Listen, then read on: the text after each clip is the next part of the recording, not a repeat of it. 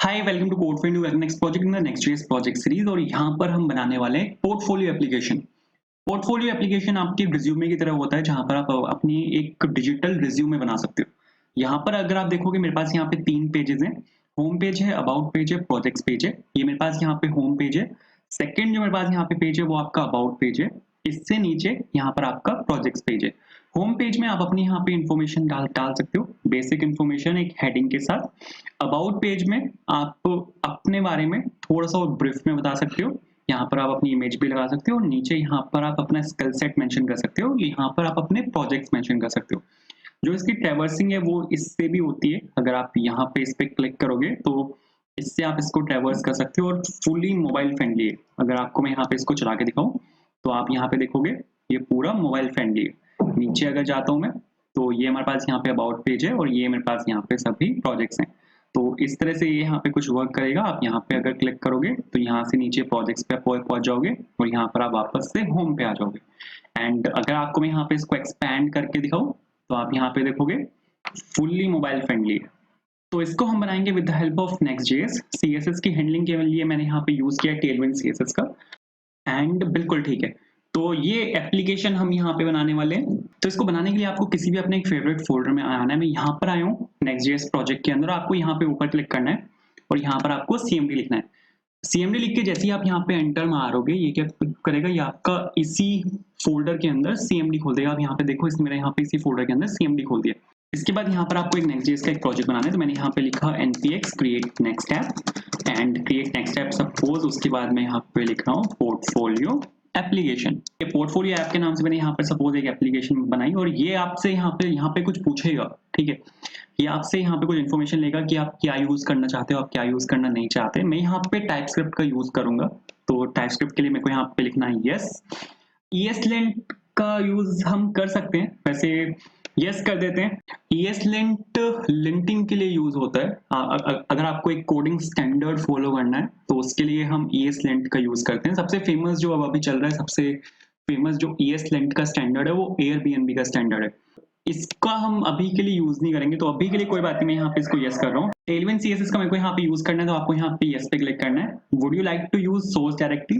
Source directory क्या करता है, एक सोर्स के नाम से एक फोल्डर बना देगा। जैसे आपका रिएक्ट का फोल्डर स्ट्रक्चर होता है, जितनी मेन फाइल्स होती हैं वो सब आपके सोर्स के अंदर होती हैं, सोर्स फोल्डर के अंदर। तो आप यहाँ पे ये पूछ रहे हैं कि आप कुछ वैसे ही फोल्डर स्ट्रक्चर चाहते हो क्या? मैं बोल रहा हूँ यहाँ पे यस।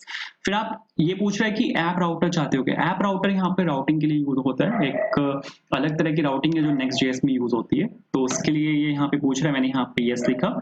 कस्टमाइज क्या करना चाहते हो अपना इंपोर्ट एलियस, तो यहाँ पे मैं यूज कर रहा हूँ नो, कि मेरे को कोई कस्टमाइजेशन नहीं करनी, जैसा आप मेरे को दोगे बिल्कुल वैसा ही चलेगा। तो यहाँ पे ये क्या कर रहा है, आपका नेक्स्ट.जेएस का प्रोजेक्ट यहाँ पे इसने बनाना स्टार्ट कर दिया। एक बार अगर आपका प्रोजेक्ट बन जाए तो वहां पे आपके पास एक फोल्डर जनरेट होगा सेम नेम से, जिस नेम से आपने वो प्रोजेक्ट बनाया था। आपको उस फोल्डर के अंदर जाना है और यहाँ पर आपको फिर से ऊपर यहाँ पे सीएमडी क्लिक करना है और यहाँ पे आपको लिखना है कोडस्पेस डॉट। कोडस्पेस डॉट क्या करेगा, ये इसी फोल्डर के अंदर आपका विजुअल स्टूडियो कोड खोल देगा। हम यहाँ पे VS कोड का यूज करने वाले हैं। आप यहाँ पे देखो इसने मेरा इसी फोल्डर के अंदर विजुअल स्टूडियो कोड खोल दिया। उसके बाद आप यहाँ से सीएमडी को क्लोज कर सकते हो। इसको यहाँ पे फुल स्क्रीन करते हैं। ये यहाँ पर आपका रिएक्ट का एक फोल्डर स्ट्रक्चर है। आपने वहां पे देखा था कि मैंने वहां पे सोर्स फोल्डर को ट्रू किया था कि मेरे को सोर्स फोल्डर चाहिए, तो यहाँ पे इसने मेरे को सोर्स फोल्डर दिया है। मैंने वहां पे जो ESLint था, ठीक है, उसको मैंने वहां पे ट्रू किया था कि मेरे को ESLint चाहिए, तो मेरे को यहाँ पे इसने ESLint की कॉन्फ़िगरेशन दी है। एंड मैंने वहां पे आपका टेलविंड सीएसएस को ट्रू किया था कि मेरे को टेलविंड सीएसएस चाहिए, तो इसलिए आप यहाँ पे देखो मेरे को यहाँ पे टेलविंड सीएसएस की कॉन्फ़िगरेशंस दी है। अगर आप टेलविंड सीएसएस को बाय चांस वहां पे फॉल्स कर देते तो आपको ये सारी कॉन्फ़िगरेशंस खुद से करनी पड़ती। कौन सी कॉन्फ़िगरेशंस मैं आपको यहाँ पे दिखा देता हूँ। आपको यहाँ पे जाना है, जो टेलविंड सीएसएस की ऑफिशियल वेबसाइट है, मैं वहां पे आया हूँ। गेट स्टार्टेड पे चलते हैं और यहाँ पर अगर आप इसकी इंस्टॉलेशन देखोगे, मैं यहाँ पे इसकी इंस्टॉलेशन पर हूँ और इसकी जो इंस्टॉलेशन है मेरे को यहाँ पे फ्रेमवर्क गाइड्स में जाना पड़ेगा और यहाँ पे मेरे को नेक्स्ट.जेएस खोलना है कि नेक्स्ट.जेएस के अंदर हम इसको कैसे इंस्टॉल कर सकते हैं। तो अगर आप वहां पे उसको ट्रू ना करते बाय चांस, तो आपको यहाँ पे इस वाले पैकेज, ये 3-4 पैकेज हैं, आपको यहाँ पे इनको इंस्टॉल करना पड़ता।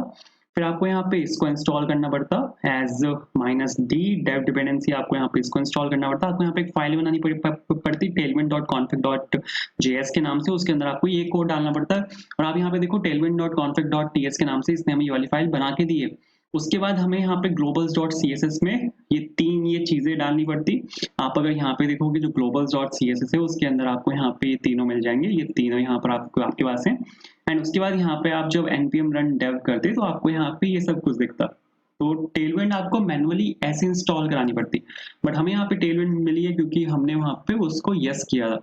तीसरी चीज मैंने वहाँ पे लिखा था कि मैं यहाँ पे टाइपस्क्रिप्ट के साथ काम करने वाला हूँ, इस वजह से आप यहाँ पे देखोगे जितनी भी हमारे पास यहाँ पे मेन फाइल्स हैं वो सब ts या फिर tsx एक्सटेंशन के साथ है। tsx होता है टाइपस्क्रिप्ट एक्सटेंडेड या फिर टाइपस्क्रिप्ट विद xml भी आप इसको कह सकते हो। ठीक है, तो ये हमारे पास यहाँ पर एक फोल्डर स्ट्रक्चर है Next.js का। अगर आप यहाँ पे सबसे मेन फाइल देखो, किसी भी एक फ्रंट एंड एप्लीकेशन में जो सबसे मेन फाइल होती है वो होती है आपकी packet.json। packet.json हमें यहाँ पे ये बताती है कि आपका प्रोजेक्ट एक्चुअल में दिखता कैसा है, आप उस प्रोजेक्ट के साथ क्या क्या कर सकते हो और उसमें कौन कौन सी डिपेंडेंसीज हैं जिससे आप उस प्रोजेक्ट को रन कर सकते हो। जैसे अगर आप यहाँ पे देखो, मेरे पास यहाँ पे packet.json है जिसमें मेरे पास यहाँ पे ये सब स्क्रिप्ट्स हैं जिनका मैं यहाँ पे यूज कर सकता हूँ, और ये मेरे पास यहाँ पे डिपेंडेंसीज हैं जिनके बिना आपका प्रोजेक्ट रन नहीं होगा। स्क्रिप्ट पर आते हैं। सबसे पहले स्क्रिप्ट में मेरे पास यहाँ पे सबसे पहले डेव स्क्रिप्ट है। डेव स्क्रिप्ट तब काम आती है अगर आपको अपने प्रोजेक्ट को डेवलपमेंट इन्वायरमेंट में रन करना है। अगर आप अपने प्रोजेक्ट को लोकली रन कर रहे हो तो आप यहाँ पे रन करोगे डेव स्क्रिप्ट को। फिर हम यहाँ पे अपने प्रोजेक्ट का बिल्ड बनाते हैं। अगर आपको अपनी एप्लीकेशन को सपोज कहीं पे डिप्लॉय करना है, स्टेजिंग एनवायरनमेंट पे आपको इसको डिप्लॉय करना है या फिर प्रोडक्शन में डिप्लॉय करना है, तो वहाँ पे सबसे पहले आप उसका बिल्ड बनाते हो। बिल्ड बनाने के बाद आप उसको स्टार्ट करते हो ताकि वो वहाँ पे चल सके। स्टार्ट स्क्रिप्ट हमारे पास यहाँ पर है, लेकिन स्टार्ट स्क्रिप्ट का यूज सिर्फ प्रोडक्शन एनवायरनमेंट में होता है। फिर हमारे पास यहाँ पे ES लिंट के लिए एक लिंट के नाम से मेरे पास यहाँ पे एक स्क्रिप्ट है जिसकी हेल्प से आप जो अपने कोड में जो लिंटिंग है उसको चेक कर सकते हो। फिर अगर आप यहाँ पे डिपेंडेंसीज पर आओ तो हमारे पास यहाँ पे काफी सारी डिपेंडेंसीज है। रिएक्ट है हमारे पास, यहाँ पे रिएक्ट डॉम है। दो सबसे इंपॉर्टेंट पैकेजेस हैं क्योंकि जो Next.js है वो एक्चुअल में रिएक्ट का ही एक फ्रेमवर्क है। तो यहाँ पे रिएक्ट और रिएक्ट डॉम का हम यहाँ पे यूज करेंगे। तो दूसरा है यहाँ पे ऑटो प्रीफिक्स है, इसने हमें यहाँ पे दिया ESLint दिया है और ESLint config next है, ये दोनों ESLint के पैकेजेस हैं। सबसे इंपॉर्टेंट पैकेज है यहाँ पे Next.js का जो कि हम यहाँ पे यूज करने वाले 13.4 जो कि अभी करंट यहाँ पे चल रहा है। फिर यहाँ पे कुछ और चीजें हैं, फिर यहाँ पे Tailwind CSS है और यहाँ पे टाइपस्क्रिप्ट भी है। अगर आप अपना प्रोजेक्ट टाइपस्क्रिप्ट की हेल्प से बनाते हो तो हमारे पास यहाँ पे टाइपस्क्रिप्ट के नाम से एक पैकेज जनरेट होता है। ठीक है, इस टाइपस्क्रिप्ट पैकेज के अंदर टाइपस्क्रिप्ट का कंपाइलर होता है क्योंकि आपको अपने टाइपस्क्रिप्ट के कोड को जावास्क्रिप्ट में कन्वर्ट करना होता है। तो आपको एक कंपाइलर चाहिए, ठीक है, जो आपके टाइपस्क्रिप्ट के कोड को जावास्क्रिप्ट में कन्वर्ट करे। तो वो आपका जो कंपाइलर है वो आपका आता है टाइपस्क्रिप्ट पैकेज के अंदर से, और कंपाइलर को आपको बताना होता है कि आपको कैसे कैसे चीजों को कंपाइल डाउन करना है। तो उसके लिए हमारे पास यहाँ पे ये वाली फाइल होती है tsconfig.json और typescript configurations.json। इसमें हमारे पास कंपाइलर ऑप्शंस होते हैं। यहाँ पर आप अपनी जो टाइपस्क्रिप्ट कंपाइलर के लिए यहाँ पर आप कॉन्फ़िगरेशन डालते हो, ठीक है, कि कौन सी चीज उसको रिकॉग्नाइज करनी है, कौन सी चीज को रिकॉग्नाइज नहीं करनी, कैसे कैसे उसको चीजों को एग्जीक्यूट करना है, वो सब यहाँ पर आता है। उसके ऊपर अगर आप यहाँ पे आओगे तो ये आपके यहाँ पे टेलविंड की कॉन्फ़िगरेशंस हैं जो मैंने आपको दिखाई थी अभी।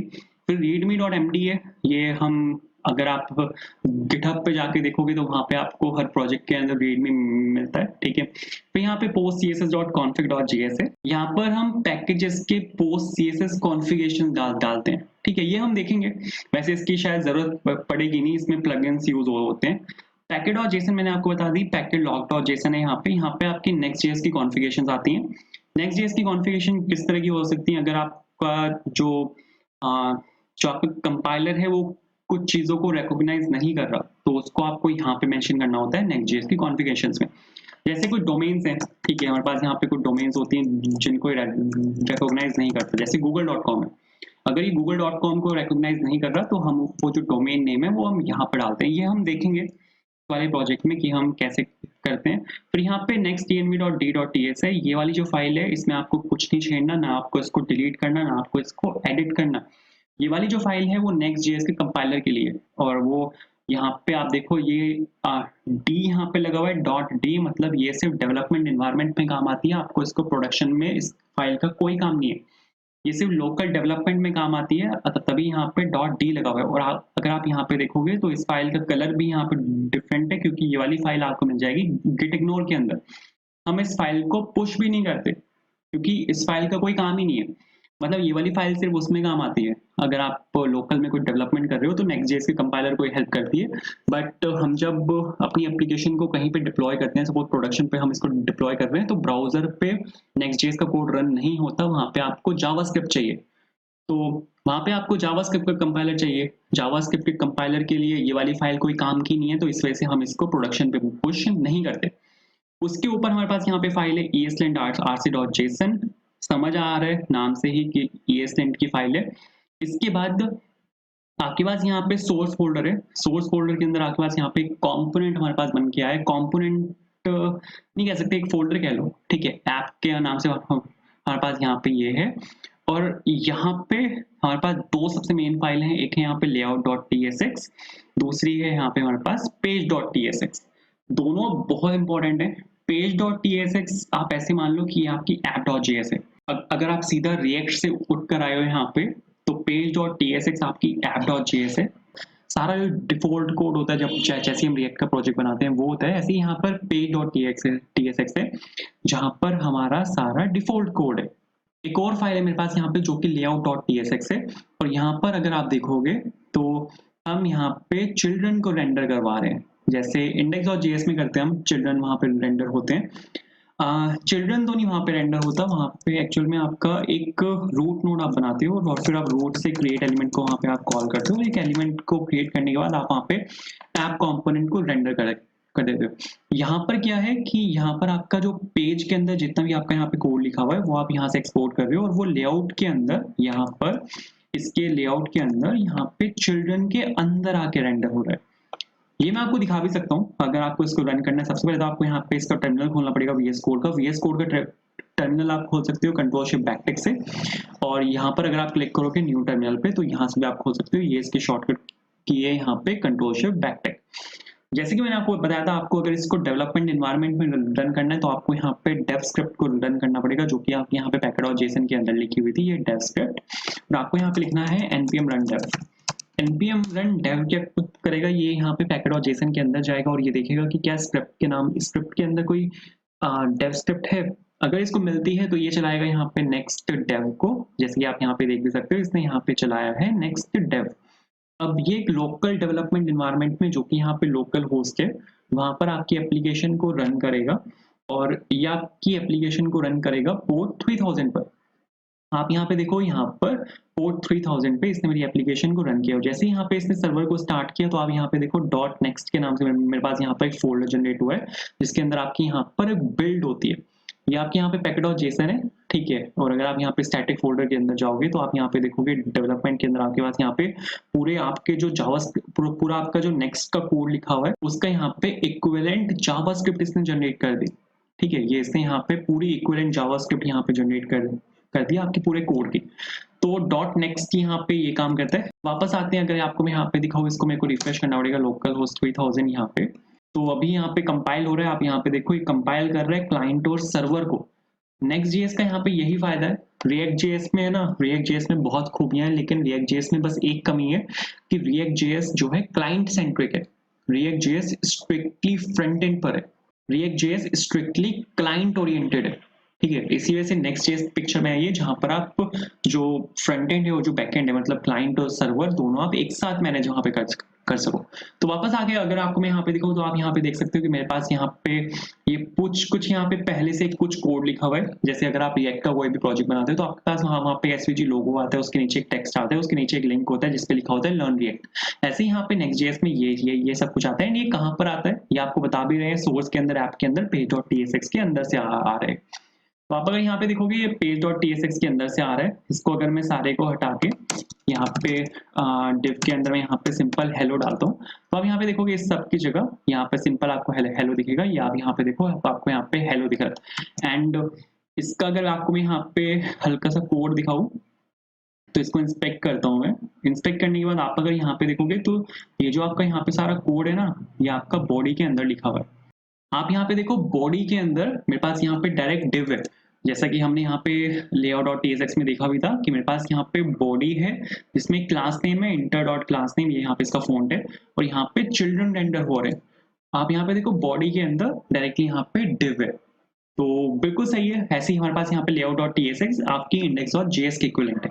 तो यहाँ पर मेरे पास एक फाइल है page.tsx जो कि आपके app.js के इक्विवेलेंट है और इसको हम एज अ लैंडिंग पेज यहाँ पे यूज करने वाले हैं। इसके बाद अगर आप यहाँ पे देखोगे तो यहाँ पे लाइनें आ रही हैं। ये कहाँ से आ रहा है? ये आपका आ रहा है global.css में से।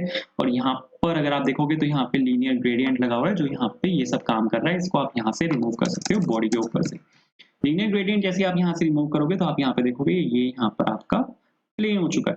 बिल्कुल सही है। इसके बाद अब यहाँ पे मेरे को क्या काम करना है? यहाँ पर सर मेरे को आपका सबसे पहले एक होम कंपोनेंट बनाना है। मेरे पास यहाँ पे ये पूरा आपका फ्रंट पेज है, ठीक है। मैं यहाँ पे जो पोर्टफोलियो आपका प्रोजेक्ट बनाने वाला हूँ उसमें मेरे को यहाँ पे फ्रंट पेज बनाना है।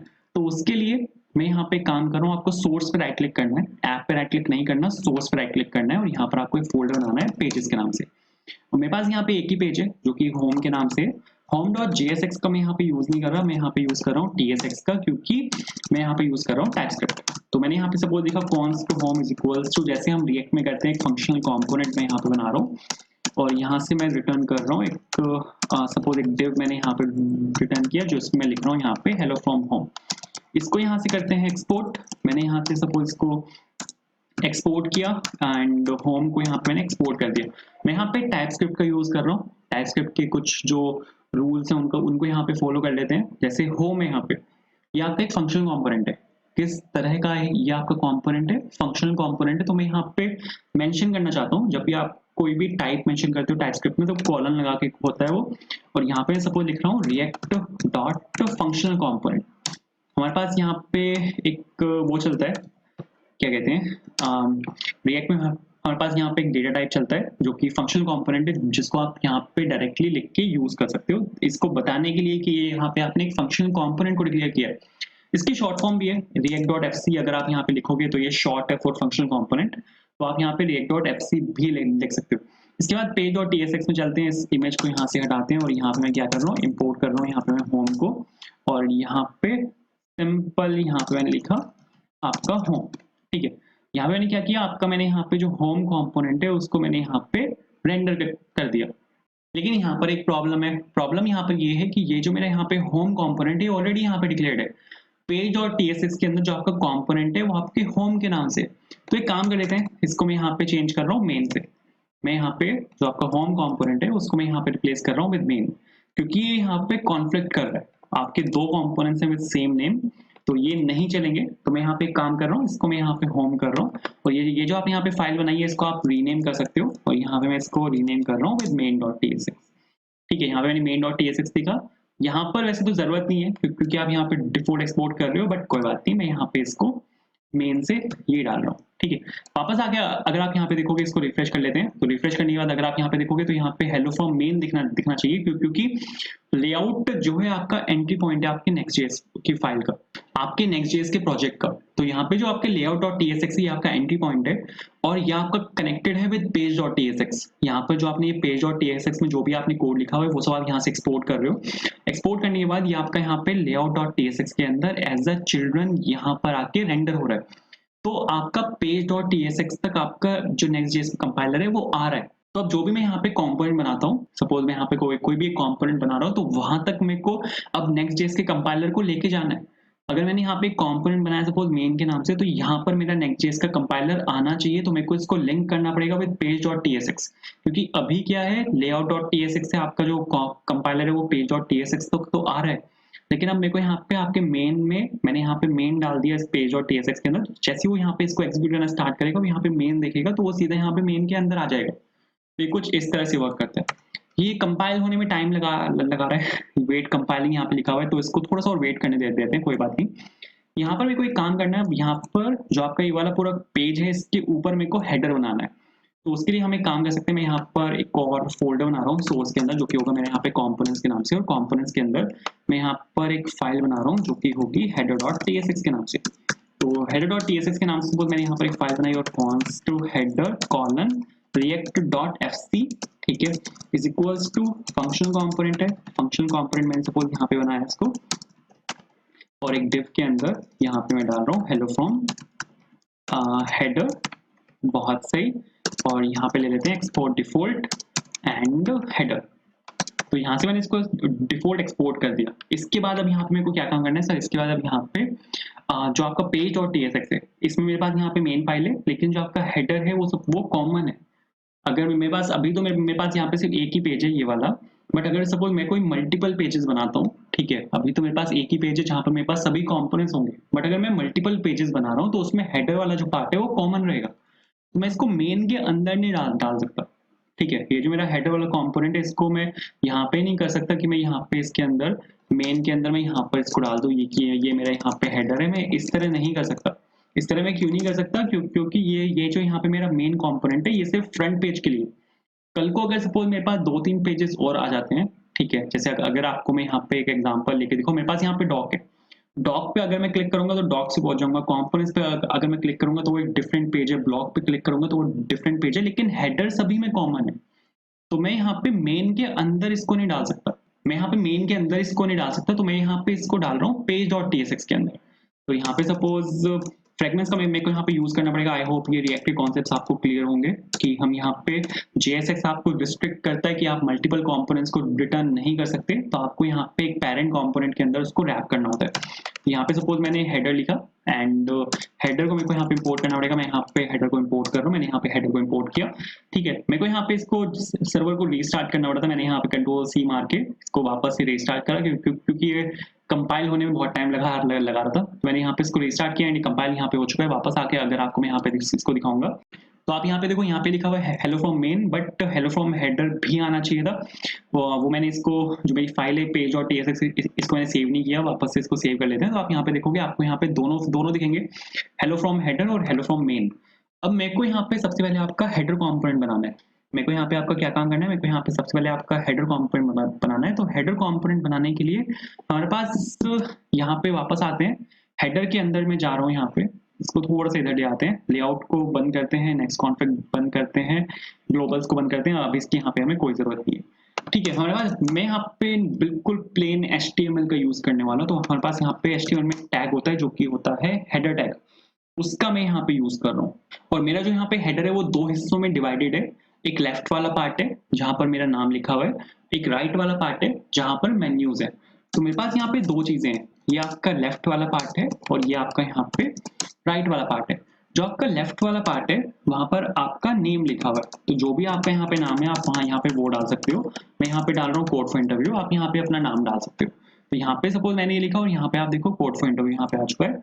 इसके बाद जो इसका राइट वाला पार्ट है ना, जो इसका यहाँ पे राइट वाला पार्ट है, वहां पर मेरे को मेन्यू शो करना है। तो यहाँ पे नेविगेशन आइटम्स मेरे को यहाँ पे दिखाने पड़ेंगे। तो आप यहाँ पे काम कर सकते हो कि आप यहाँ पे पी टैग के अंदर, सपोज मैंने यहाँ पे होम लिख दिया, फिर पी टैग के अंदर मैंने यहाँ पे अबाउट लिख दिया। ये अच्छा तरीका नहीं है, मैं सिर्फ आपको यहाँ पे करके दिखा रहा हूँ। ये कोई गुड वे नहीं है किसी भी चीज को करने का, स्पेशली रिएक्ट में। अगर मैं यहाँ पे होम कंपोनेंट और ये लिखता हूँ तो आप यहाँ पे देखोगे आपको यहाँ पे होम अबाउट कॉन्टेक्ट यहाँ पे आपको ये दिख रहे हैं, बट ये अच्छा तरीका नहीं है।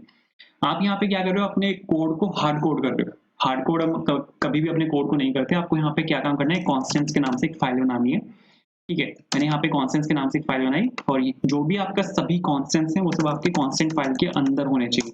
मैंने यहाँ पे constant.js के नाम से मैंने यहाँ पर एक फाइल बनाई और यहाँ पर सबसे पहले आपको यहाँ पे क्या काम करना है, आपको सर सबसे पहले यहाँ पे ऑब्जेक्ट यहाँ पे आपको बनाना है। मैं सपोज यहाँ पे एक ऑब्जेक्ट बना रहा हूँ, इसको एक्सपोर्ट कर रहा हूँ सपोज यूजर इन्फो के नाम से, ठीक है, कि यूजर की जितनी भी इंफॉर्मेशन है वो मैं चाहता हूँ एक जगह रहे। तो यूजर की इंफॉर्मेशन को एक जगह रखने के लिए मैंने यहाँ पे सपोज ये डाला और यहाँ पे नेम डाल रहा हूँ मैं, जो कि है यहाँ पे सपोज कोड फॉर इंटरव्यू। तो मैंने सबसे पहले यहाँ पे ये डाला।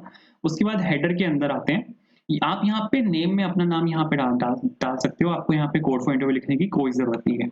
इसके बाद यहाँ पे इसको इंपोर्ट कर लेते हैं। इंपोर्ट सपोज मैं यहाँ पे कर रहा हूँ यूजर इन्फो, और कहाँ से आएगा, यूजर इन्फो आएगा आपका OS के अंदर से, बिल्कुल नहीं आएगा, ठीक है। इसको एक्सपोर्ट नहीं किया क्या मैंने, एक्सपोर्ट हुआ है, ठीक है, फिर से करते हैं। और इसको ये कहाँ से आएगा आपका, ये आएगा आपका कॉन्स्टेंट्स के अंदर। मेरे पास यहाँ पे एक फाइल है जो कि है कांस्टेंट के नाम से। यहाँ पे मेरे को फ्रॉम लिखना है, फॉर्म नहीं लिखना। तो यहाँ पे मैंने यूजर इन्फो लिखा। यूजर इन्फो को अब यहाँ पे आप कोड फॉर इंटरव्यू जो आपने यहाँ पे हार्ड कोड किया हुआ है ना, अब यहाँ पे आपको इसको हार्ड कोड करने की कोई जरूरत नहीं है। यहाँ पर आप सीधा यूजर इन्फो डॉट नेम का यूज कर सकते हो। इसका फायदा क्या है, इसका फायदा ये है कि अब आपके पास यहाँ पे सिंगल सोर्स है इन्फॉर्मेशन का। अब जब भी आपको कहीं पे नेम का यूज़ करना है, तो वहाँ पे आपको चीज़ों को हार्ड कोड नहीं करना, वहाँ पर आपको इस वेरिएबल का यूज़ करना है। अब आगे जाकर अगर सपोज़ आप नेम को यहाँ पे चेंज करना चाहो, तो आप यहाँ पे नेम में कुछ भी यहाँ पे डाल सकते हो, वो आपका पूरे प्रोजेक्ट में उसको चेंज चेंज कर देगा। तो पहला फ़ायदा तो इसका यहाँ पे ये है।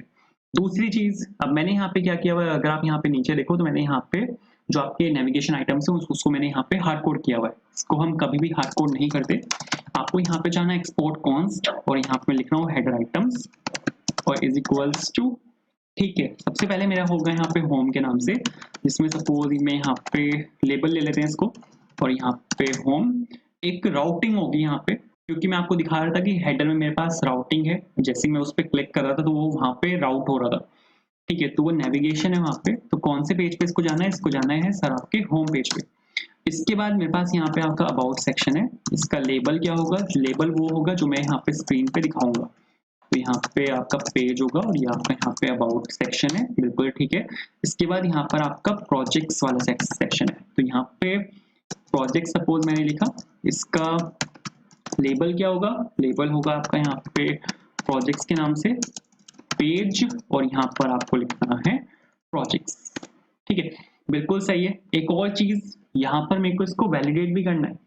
यहाँ पर मैं क्या कर रहा हूँ, यहाँ पर मैं टाइपस्क्रिप्ट का यूज तो कर रहा हूँ। यहाँ पे मैंने constant.js फाइल बनाई है। आप एक काम कर सकते हो, इसको constant.ts में कन्वर्ट कर सकते हो, क्योंकि हम यहाँ पे क्या कर रहे हैं, हम यहाँ पे टाइपस्क्रिप्ट का हम यहाँ पे यूज कर रहे हैं। तो जब टाइपस्क्रिप्ट का हम यहाँ पे यूज कर ही रहे हैं, तो फिर एक काम कर सकते हैं ना कि हम यहाँ पे टाइपस्क्रिप्ट की फाइल बनाएं और टाइपस्क्रिप्ट के जो कॉन्सेप्ट है उनका हम यहाँ पे यूज करें।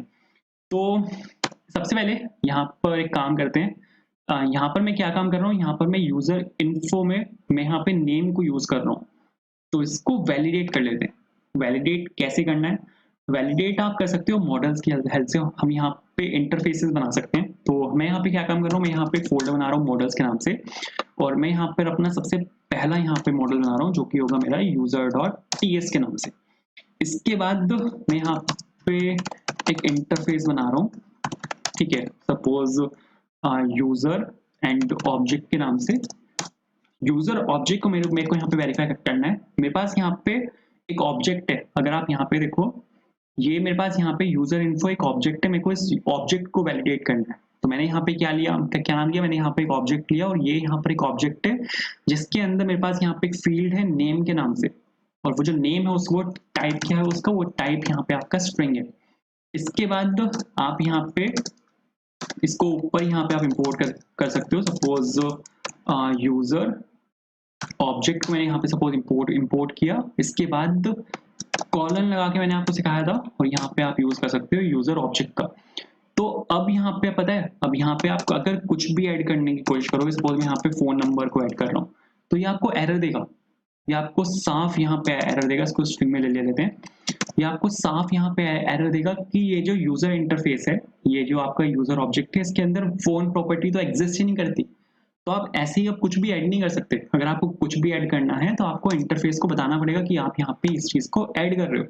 सेम काम हम कर सकते हैं यहाँ पे हेडर आइटम्स के अंदर। इसके लिए मैं यहाँ पे क्या काम कर रहा हूँ, मॉडल के अंदर मैं यहाँ पे एक और फाइल बना रहा हूँ जो कि होगा यहाँ पे header.ts के नाम से। मेरे पास वहाँ पे अगर आप देखो तो एक्सपोर्ट कॉन्स्ट नैव आइटम्स करके मेरे पास नेविगेशन आइटम्स है। मेरे पास वहाँ पे सबसे पहले तो ये क्या कर रहा हूँ, यहाँ पे कॉन्स्ट नहीं आएगा, यहाँ पे इंटरफेस आएगा, क्योंकि हम हमेशा इंटरफेस से वैलिडेशन करते हैं। और यहाँ पे आपको सीधा ये लिखना है। यहाँ पर लेकिन एक प्रॉब्लम है। प्रॉब्लम यहाँ पर ये है कि ये आपका ऑब्जेक्ट ऑफ ऑब्जेक्ट है। ऑब्जेक्ट के अंदर ये आपका की वैल्यू पेयर है और वैल्यू फिर से एक ऑब्जेक्ट है। तो यहाँ पर जो आपका होम है ना, वो यहाँ पर आपका एक ऑब्जेक्ट है। तो या तो आप यहाँ पे डायरेक्टली ऑब्जेक्ट पास कर सकते हो, लेकिन अगर आपको इस ऑब्जेक्ट को भी वैलिडेट करना है ना, तो आप वो भी कर सकते हो। मैं यहाँ पे क्या काम कर रहा हूँ, मैं यहाँ पर एक इंटरफेस बना रहा हूँ सपोज हेडर आइटम के नाम से। और मेरा जो ऑब्जेक्ट है उसमें दो चीजें हैं, ठीक है। सबसे पहले तो मैं वहाँ पे लेबल शो कर रहा हूँ जो कि एक स्ट्रिंग है। दूसरी चीज मैं वहाँ पे पेज शो कर रहा हूँ जो कि एक स्ट्रिंग है। अब इस ऑब्जेक्ट के अंदर क्या क्या होना चाहिए उसको भी आप वैलिडेट कर रहे हो, आप जनरिक नहीं बना रहे। तो आप यहाँ पे हेडर आइटम पास कर सकते हो। सेम चीज आप कर सकते हो अबाउट के साथ एंड सेम चीज आप यहाँ पे कर सकते हो प्रोजेक्ट्स के साथ। तो आई होप ये भी क्लियर हुआ होगा। इसके बाद जब आप यहाँ पे वापस आओगे ना, तो आप यहाँ पे इसको इंपोर्ट कर सकते हो। यहाँ पे सपोज हेडर नहीं है, हेडर तो फाइल का नाम है, नैव आइटम से जो आपके हेडर के अंदर से आ रहा है। और यहाँ पर कॉलन लगा के मैं यहाँ पे नए आइटम्स लिख रहा हूँ, तो ये यहाँ पे इसको वैलिडेट कर लेगा। अगर मैं यहाँ पे कुछ भी ऐड करने की कोशिश करूंगा ना, तो ये मेरे को यहाँ पे अब साफ एरर देगा। मैं सपोज यहाँ पे राउट ऐड कर रहा हूँ जो कि यहाँ पे सपोज ट्रू है, तो ये मेरे को एरर दे रहा है कि राउट तो आपका एग्जिस्ट ही नहीं करता। ठीक है, is not assignable to type header items. आप यहाँ पे देखो इसने मेरे को एरर दे साफ कि ये आपका हेडर आइटम्स के अंदर असाइनेबल ही नहीं है। ठीक है, क्योंकि आपका नया आइटम्स के अंदर एग्जिस्ट ही नहीं करता। तो इस तरह से आप ये जो वैलिडेशन है यहाँ पे ये डाल सकते हो। मैं यहाँ पे हेडर आइटम्स का यूज कर रहा हूँ। इसके बाद आपको यहाँ पे header.tsx के अंदर जाना है और जो आपका हेडर आइटम्स है उसको यहाँ से आपको निकाल लेना है। इसके बाद ये जो आपने यहाँ पे इसको हार्ड कोड किया हुआ है ना, कभी भी हार्ड कोड चीजों को नहीं करते।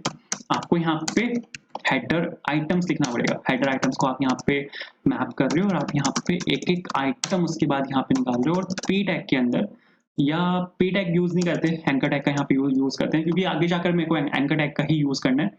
तो यहाँ पे आइटम के अंदर जो लेबल फील्ड है उसके अंदर से मेरे पास यहाँ पे वैल्यू आएगी। तो ये कुछ एरर दे रहा है, ये एरर दे रहा है कि मैप जो है यहाँ पे वो आपका does not exist on type naive items. बिल्कुल सही बात है, क्योंकि जो आपका हेडर आइटम्स है वो आपका एक ऑब्जेक्ट है और मैप चलता है आपका एरेज के साथ। तो आपको यहाँ पे एक काम करना पड़ेगा, जो यहाँ पे आपको यहाँ पे जो ऑब्जेक्ट जितनी भी कीज हैं, ये जो आपका यहाँ पे ऑब्जेक्ट है उसकी सभी कीज को यहाँ पर आपको मैप करना पड़ेगा। ठीक है, मैंने यहाँ पे ऑब्जेक्ट डॉट कीज किया। ऑब्जेक्ट डॉट कीज क्या करेगा, ये यहाँ से इन कीज को उठाएगा, ये चेक करेगा कि ऑब्जेक्ट के अंदर कितनी यहाँ पे कीज हैं, ये 3 कीज निकालेगा और ये मेरे को यहाँ पे इस केस में एक एरे दे देगा ऐसे करके कि ये आपकी यहाँ पे पहली की है, ये आपकी यहाँ पे दूसरी की है और फिर ये आपकी यहाँ पे तीसरी की है।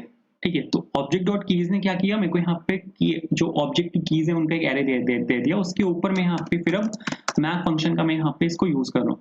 मैप फंक्शन का जैसे मैंने यहाँ पे यूज किया तो सबसे पहले की मेरे पास यहाँ पे होम आएगी। अब मैं आइटम डॉट लेबल का यहाँ पे डायरेक्टली यूज नहीं कर सकता क्योंकि मेरे पास यहाँ पे अब कीज है। अब मैं यहाँ पे हेडर आइटम्स जो मेरा ऑब्जेक्ट है उसके अंदर जो मेरी की है, सपोज होम यहाँ पर एक की है, तो मैंने यहाँ पे होम निकाला, उसकी वैल्यू मेरे पास आएगी जो कि एक ऑब्जेक्ट है, उसको मैं यहाँ पे पिक कर सकता हूँ डॉट लेबल करके। तो ये इस तरह से चलेगा। तो आई होप ये क्लियर होगा। लेकिन ये यहाँ पे एरर देता है जब भी आप यहाँ पे आइटम को जैसे जब भी आप यहाँ पे मेंशन करने की कोशिश करोगे ना, टाइपस्क्रिप्ट आपको एरर देगा। इसको पता ही नहीं आइटम क्या चीज है। टाइपस्क्रिप्ट आपको यहाँ पे ये बोलता है कि ये आइटम यहाँ पे क्या चीज है, मेरे को नहीं पता। तो आपको यहाँ पे टाइप ऑफ करके मेंशन करना पड़ता है। तो आपको यहाँ पे की ऑफ करके कि ये यहाँ पे किसकी की है, आइटम यहाँ पे क्या रिप्रेजेंट कर रहा है, आइटम यहाँ पे नए आइटम्स को रिप्रेजेंट कर रहा है। तो अगर आप यहाँ पे ये लिखोगे तो इससे हो जाएगा। तो चला के अगर आपको मैं यहाँ पे देखो, आप यहाँ पे देखो, सबसे पहले तो इस चीज को हटाते हैं, उसने इसको भी प्रिंट कर दिया। तो इसको हटाया मैंने एंड इसको रिफ्रेश किया। आप यहाँ पे देखो होम, अबाउट एंड प्रोजेक्ट्स, तीनों चीजें मेरे पास यहाँ पर आ चुकी हैं। CSS में को यहाँ पे हैंडल करनी है वो मैं कर लूंगा, बट यहाँ पे मेरे पास जो तीनों चीजें हैं वो यहाँ पर आ चुकी हैं। एक और चीज मेरे को यहाँ पे करनी है कि मेरे को यहाँ पे आपकी की मेंशन करनी पड़ेगी। अगर आप रिएक्ट से आए हो तो ये चीज आपको पता होगी कि हम यहाँ पे ये क्यों करते हैं। तो हेडर आइटम्स और आइटम एज की ऑफ, ठीक है, नैव आइटम्स, और यहाँ पे मेरे को डॉट लेबल ही मेंशन कर देते हैं क्योंकि कोई दिक्कत नहीं है लेबल यहाँ पे मेंशन करने से। तो अगर आप यहाँ पे इतना लिखोगे इतने से हो जाएगा। अब यहाँ पे आते हैं अपने टेलविंड पर। टेलविंड क्या चीज है, टेलविंड यहाँ पे आपको CSS ऑफर करता है। जो भी आपकी प्लेन CSS है उसकी रिप्लेसमेंट यहाँ पे है इन फॉर्म ऑफ क्लासेस। ठीक है, जैसे मेरे को क्या करना है, मेरे को यहाँ पे सपोज फोन साइज को मेरे को यहाँ पे चेंज करना है। तो जो भी CSS आपको पता है, जैसे मेरे को यहाँ पे फोन साइज CSS पता है, तो आपको यहाँ पे फोन साइज को आपको यहाँ पे सर्च करना है एंड जो फोन साइज की इक्विवेलेंट है इसके अंदर क्या कहते हैं, टेलविंड के अंदर आपको ये वो दे देगा। जैसे अगर आपको ये भी बताएगा इसकी क्या वैल्यू है। जैसे यहाँ पे 12 पिक्सल है, 12 पिक्सल अगर आपको चाहिए तो आपको यहाँ पे क्लास डालनी है text hyphen XS for extra small. ये आपका स्मॉल है, ये बेस है, लार्ज है, एक्स्ट्रा लार्ज है, और ये 2 टाइम्स लार्ज है, ये आपका 3 टाइम्स लार्ज है, ये आपका 4 टाइम्स लार्ज है। तो ये इस तरह चलता है। ठीक है, all the way to 9 times large, जो कि आपका यहाँ पे 128 पिक्सल है। तो ये कुछ यहाँ पे इस तरह से वर्क करता है टेलविंड CSS। और आपको कुछ भी चाहिए, सपोज मेरे को बैकग्राउंड कलर चाहिए, तो जो भी आपको यहाँ पे चाहिए, जैसे आपके पास यहाँ पे ये सब कुछ है, ठीक है, बैकग्राउंड कलर अगर आपको यहाँ पे चाहिए तो आपको बैकग्राउंड कलर यहाँ पे सर्च करना है। और या आपको यहाँ पे कलर्स भी देगा, जैसे स्लेट है, यहाँ पे स्लेट है, व्हाइट है, ऑरेंज है, आप यहाँ पे देखो ग्रे, जिंक, न्यूट्रल, और ये आपके पास यहाँ पे सभी शेड्स हैं, तो आप यहाँ पे चूज कर सकते हो। जैसे ऑरेंज के शेड्स थे, ऊपर यहाँ पे रेड के शेड्स हैं, तो आप यहाँ पे अगर आपके पास आरजीबी कोई वैल्यू है, जैसे मेरे पास यहाँ पे ये वैल्यू है, आप इसको कॉपी कर सकते हो। अगर आपके पास जो भी कोई वैल्यू है, अगर आपके पास कोई भी आरजीबी वैल्यू है, उसको वहां से कॉपी करो, जहां से भी आपको उसको पेस्ट करना है, कंट्रोल एफ दबाओ यहाँ पर आके, और यहाँ पे उसको सर्च करो, और ये आपको यहाँ पे बता देगा कि ये आरजीबी एग्जिस्ट करता है या नहीं करता। अगर करता है तो उसकी क्लास उठाओ, और क्लास उठा के उसको यहाँ पे सीधा डाल दो। कुछ चीजें और हैं, जो टेलविन सीएसएस होता है वो बाय डिफॉल्ट मोबाइल पे वर्क करता है। अगर आपको मोबाइल रिस्पॉन्सिव एप्लीकेशन बनानी है, तो बाय डिफॉल्ट आप जो सीएसएस डालोगे वो आप डालोगे मोबाइल के लिए। उसके बाद फिर जो सीएसएस है वो हैंडल करोगे आप बड़ी स्क्रीन के लिए। ऐसा मैं क्यों बोल रहा हूँ, क्योंकि अगर आप यहाँ पे सर्च करोगे रिस्पॉन्सिव सीएसएस को, रिस्पॉन्सिव डिजाइन, तो यहाँ पर आप यहाँ पे देखोगे मिनिमम विड्थ के साथ वर्क करता है, कि मिनिमम विड्थ इतनी होनी चाहिए। तो अगर आप कोई भी सीएसएस डाल रहे हो, सपोज स्मॉल एसएम पे मैंने यहाँ पे सीएसएस डाली, तो वो मिनिमम विड्थ पे वर्क करेगा कि 640 पिक्सल, और उससे ऊपर वालों पे ये मैक्सिमम विड्थ पे वर्क नहीं करता। तो आपको बाय डिफॉल्ट जो सीएसएस है वो फोन पे लगानी है। उसके बाद आप वहां पे हैंडल करोगे उसको लैपटॉप साइज के हिसाब से, ठीक है, मतलब लार्ज स्क्रीन के हिसाब से या फिर मीडियम स्क्रीन के हिसाब से आप फिर उसको वहां पे हैंडल करोगे। ये मैं दिखा दिखा दूंगा कैसे कैसे वर्क करेगा। तो सबसे पहले मेरे को बैकग्राउंड कलर चाहिए। बैकग्राउंड कलर कहाँ से आएगा आपका? बैकग्राउंड कलर आपका आएगा बीजी कलर से, जैसे कि हमने यहाँ पे देखा था बीजी व्हाइट, या फिर जो भी आपको कलर चाहिए, मेरे को बीजी व्हाइट ही चाहिए। तो यहाँ पे एक काम कर रहा हूँ मैं, यहाँ पे हेडर के अंदर मैंने यहाँ पे क्लास नेम लिया, और क्लास नेम के अंदर मैं यहाँ पे डाल रहा हूँ आपका बीजी व्हाइट। एक और चीज है, आप यहाँ पे एक एक्सटेंशन है, उसको यहाँ पे आप इंस्टॉल कर सकते हो, टेलविन सीएसएस इंटेलिजेंस, ठीक है, इसको आप यहाँ पे सर्च कर सकते हो। इससे क्या होता है, इससे है ना जो टेलविन की सीएसएस है वो आपको यहाँ पे ऑप्शंस मिल जाती है। जैसे मैं यहाँ पे सर्च कर रहा हूँ बीजी, तो आप यहाँ जैसे मैंने यहाँ पे बीजी लिखा, आप यहाँ पे देखो इसने मेरे को यहाँ पे सभी ऑप्शंस दे दिए। जो ऑप्शंस मैं आपको वहाँ पे दिखा रहा था, यहाँ पर जो ऑप्शंस मैं आपको यहाँ पे दिखा रहा हूँ, वो ऑप्शंस इसने मेरे को यहाँ पे दे दिए। जैसे मैंने यहाँ पे बीजी लिखा, एक सेकेंड, जैसे मैंने यहाँ पे बीजी लिखा, आप यहाँ पे देखो इनहेरिट, करंट, ट्रांसपेरेंट, ब्लैक और व्हाइट, मेरे को यहाँ पे व्हाइट चाहिए, और ये इसको इक्विवेलेंट भी दिखाएगा कि इसका बैकग्राउंड कलर यहाँ पे क्या है। तो आप यहाँ पे देखोगे इसका बैकग्राउंड कलर यहाँ पे 255, 255 एंड 255 है, तो ये व्हाइट कलर ये आपको यहाँ पे देगा। इस तरह से जो आप यहाँ पे टेलविन सीएसएस है उसका यहाँ पे आप एक्सटेंशन को डाउनलोड कर सकते हो। वीएस कोड एक्सटेंशन है, यहाँ पे आपको यहाँ पे सर्च करना है टेलविन सीएसएस, बस इतना अगर आप यहाँ पे लिखोगे सबसे ऊपर आएगा जो वेरीफाइड है, उसको आपको यहाँ पे इंस्टॉल कर लेना है, ठीक है। इंस्टॉलेशन बहुत ईजी है, अगर आपने पहले कभी नहीं किया तो जैसे आप यहाँ पे इस पे क्लिक करोगे, यहाँ पे आपके पास इंस्टॉल का ऑप्शन आएगा, ठीक है। मेरे पास यहाँ पे डिसेबल अनस्टॉल है, क्योंकि ऑलरेडी मेरे पास यहाँ पे इंस्टॉल्ड है, बट आपके पास यहाँ पे इंस्टॉल का ऑप्शन आएगा। एंड वापस आते हैं, तो अगर आप यहाँ पे इतना लिखोगे तो आपको यहाँ पे व्हाइट कलर दिखेगा, वो ऑलरेडी व्हाइट है, कोई बात नहीं। मेरे को यहाँ पे पैडिंग चाहिए। पैडिंग के लिए आप यहाँ पे P है हमारे पास, यहाँ पे पैडिंग के लिए क्या है, P है। P0 मतलब पैडिंग 0, PX होता है padding along the horizontal axis, मतलब पैडिंग लेफ्ट और पैडिंग राइट दोनों यहाँ पे कवर होते हैं। PY होता है padding along the vertical access, P top और पैडिंग बॉटम यहाँ पे दोनों कवर होते हैं। तो इस तरह से ये यहाँ पे चलता है, और बाकी पैडिंग बॉटम, पैडिंग राइट, जो भी आप यहाँ पे देना चाहो आप यहाँ पे वो डाल सकते हो। वैल्यूज इसकी चलती हैं P हाइफन लगा के, और आप यहाँ पे देखोगे ये सभी यहाँ पे इसकी वैल्यूज हैं, ठीक है। ये आपको बताता जाएगा, जैसे P4 है, P4 की वैल्यू यहाँ पे 16 पिक्सल है, P5 की वैल्यू यहाँ पे 20 पिक्सल है। तो जितना भी आपको चाहिए, P6 की वैल्यू यहाँ पे 24 है, मेरे को P6 से चाहिए। जैसे ही मैं आपको यहाँ पे इसको चला के दिखाऊंगा तो आप यहाँ पे देखोगे ये आपको यहाँ पे पैडिंग दिख रही है।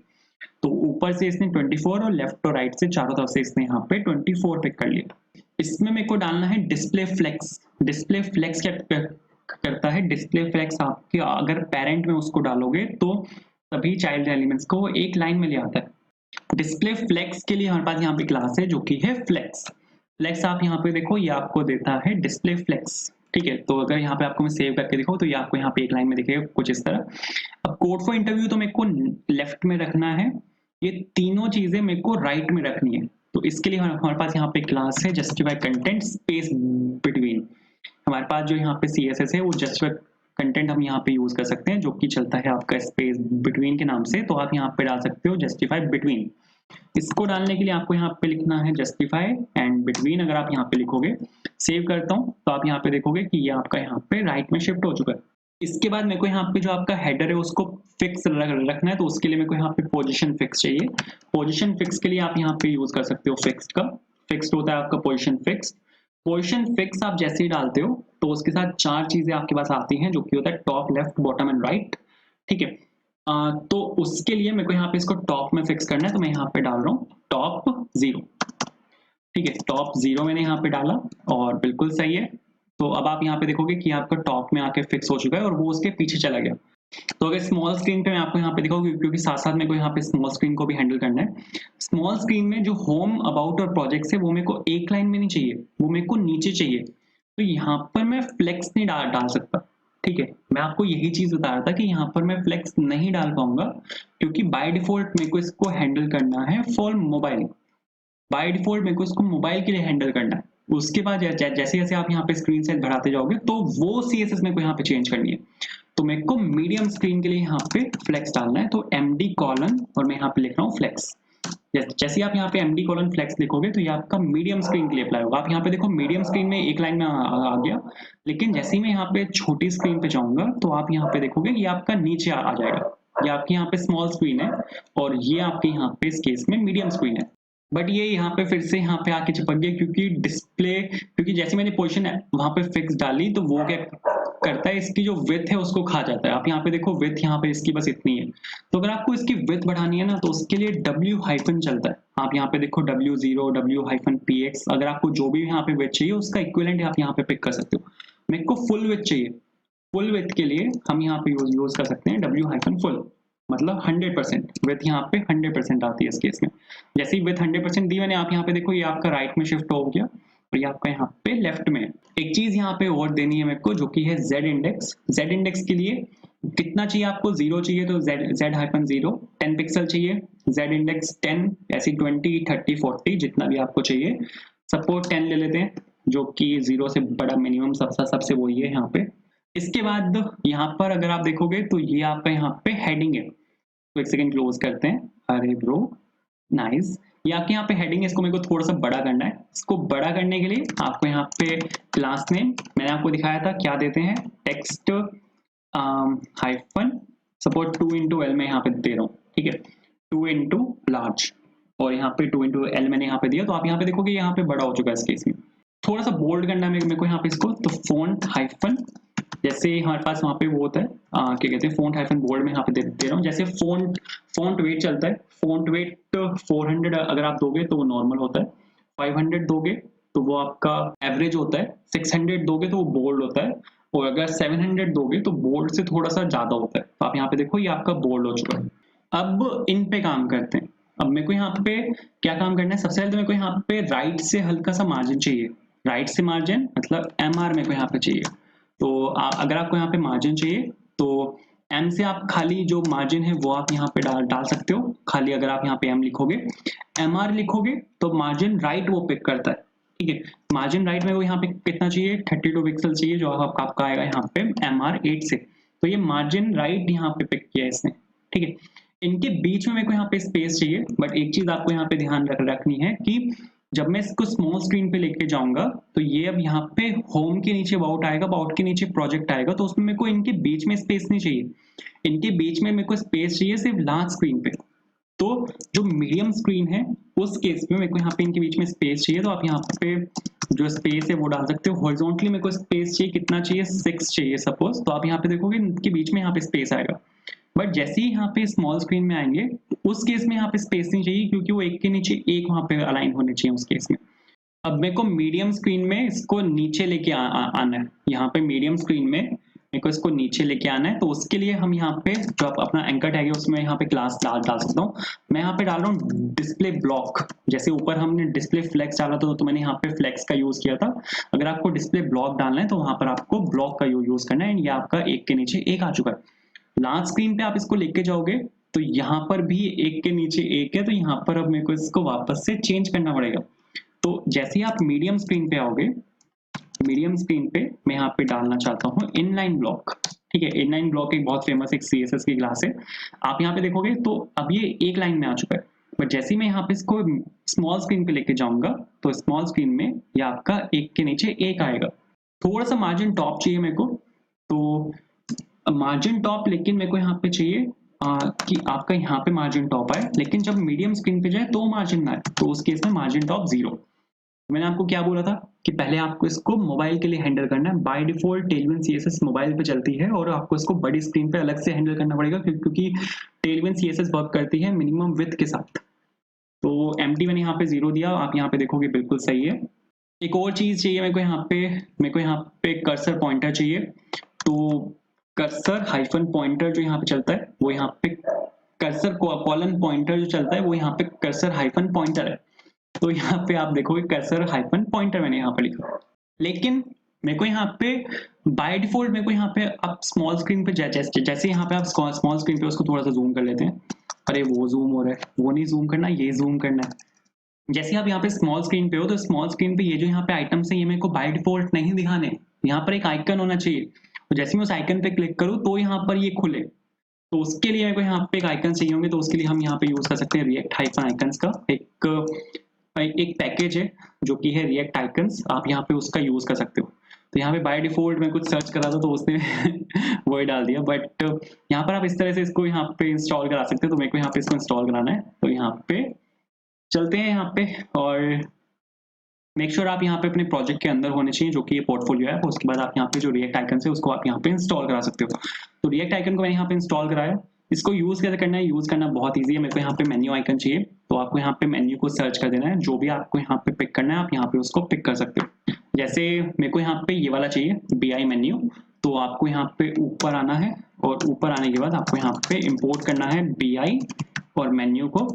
कहाँ से आएगा, ये आएगा आपका रिएक्ट हाइफन आइकन्स के अंदर से, लेकिन यहाँ पर जो BI है ना, जो आपका एक्चुअल में आइकन है वो उसका नाम मेन्यू है, लेकिन जो BI है यहाँ पे वो उसका सब पैकेज है कि वो कहाँ से इंपोर्ट होगा।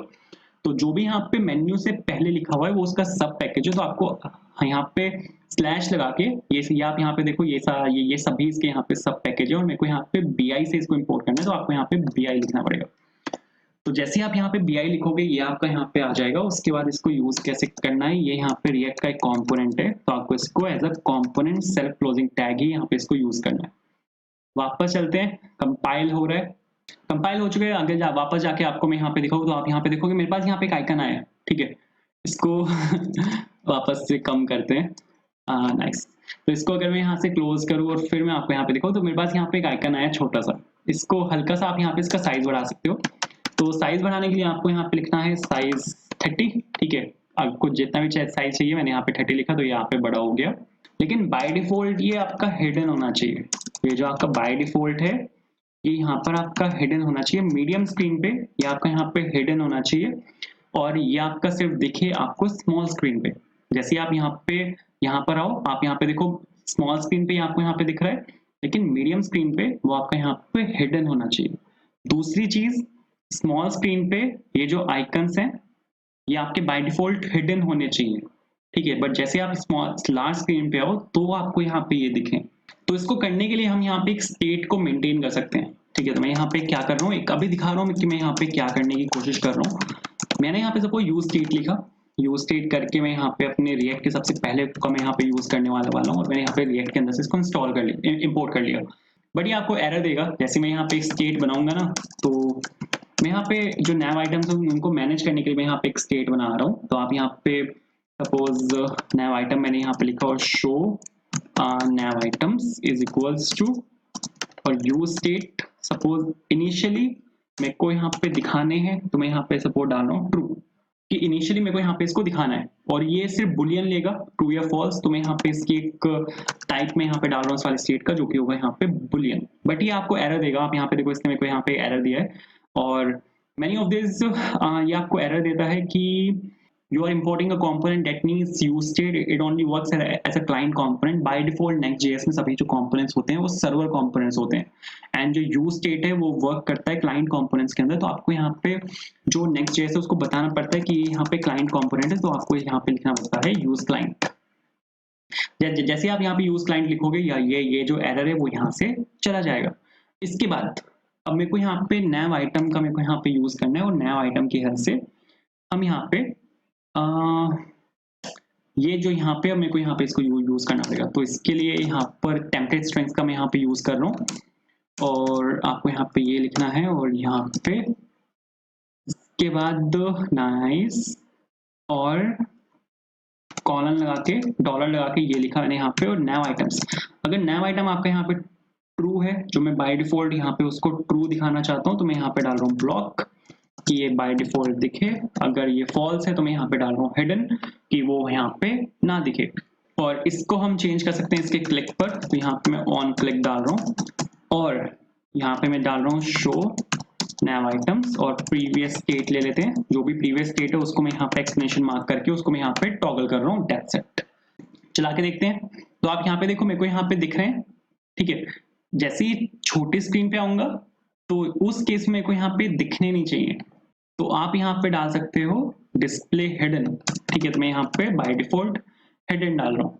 उसके बाद आप यहाँ पे देखो हिडन हो गए, बट जैसे ही मैं यहाँ पे बड़ी स्क्रीन पे आऊंगा तो मेरे को यहाँ पे एमडी करके इसको ब्लॉक डालना पड़ेगा कि जैसे मैं यहाँ पे लार्ज स्क्रीन पे जाऊं तो यहाँ पे एमडी ब्लॉक आ जाए।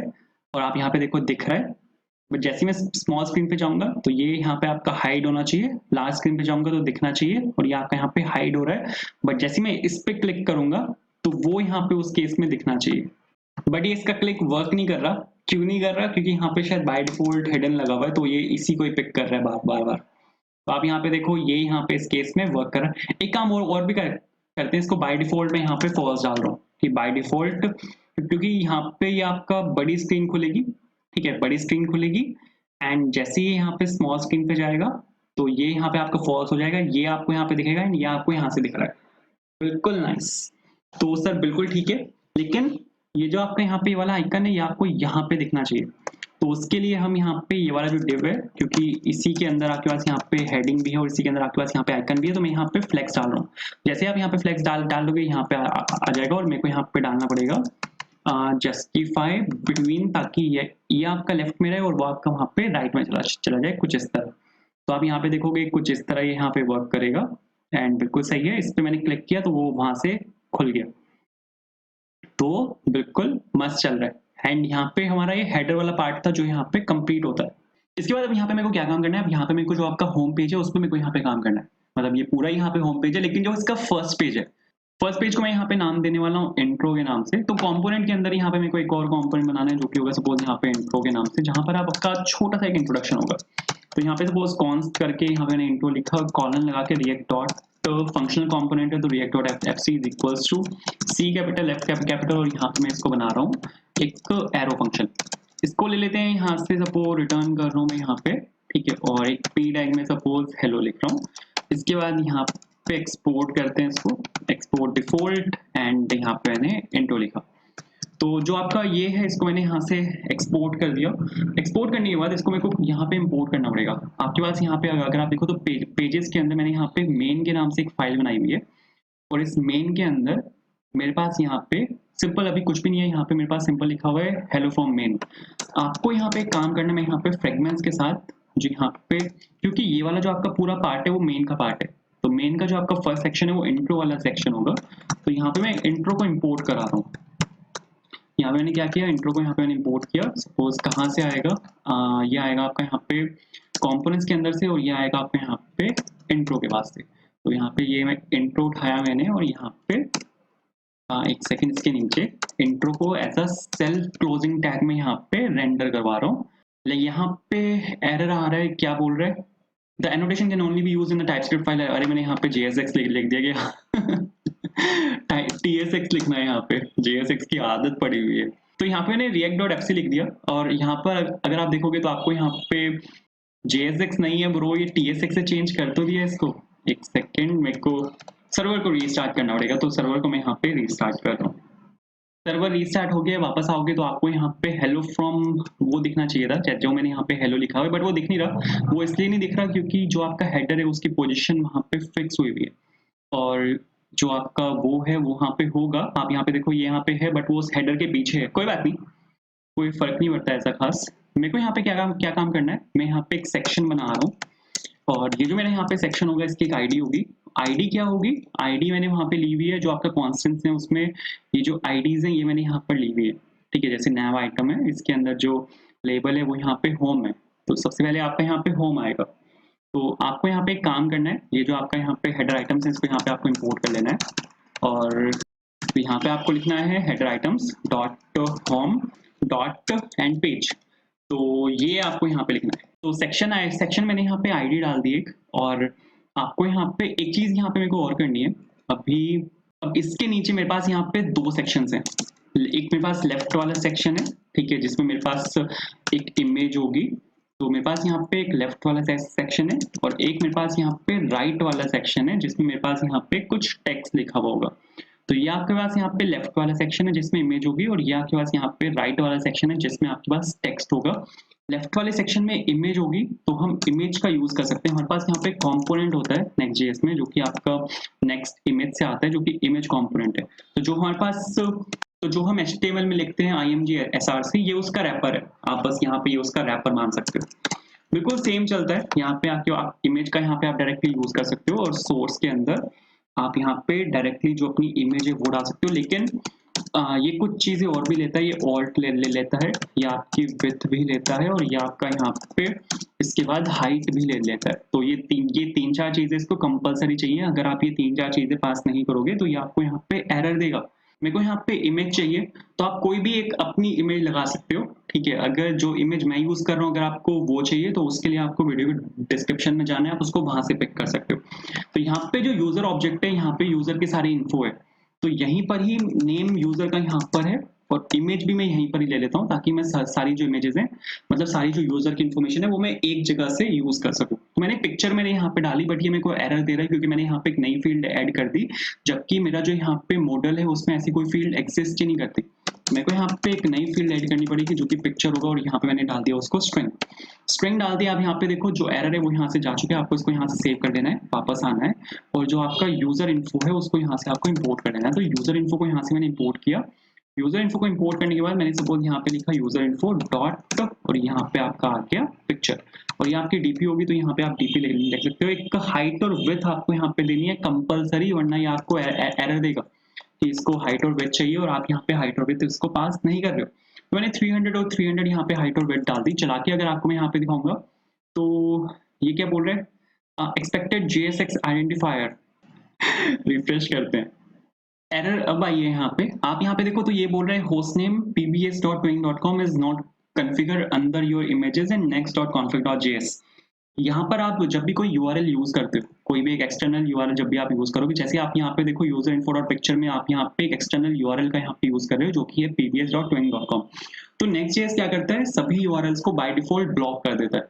ये वैसे रिएक्ट में भी होता है बट रिएक्ट में हमें ये चीज खुद से करनी पड़ती है। अगर आपने एक चीज का नाम सुना हो, कंटेंट सिक्योरिटी पॉलिसी। अगर आप एक प्रोडक्शन लेवल एप्लीकेशन बना रहे हो और उसमें आप सिक्योरिटी को एनहांस करना चाहते हो, सिक्योरिटी को आप मजबूत करना चाहते हो, तो उस केसेस में हम कंटेंट सिक्योरिटी पॉलिसी का यूज करते हैं।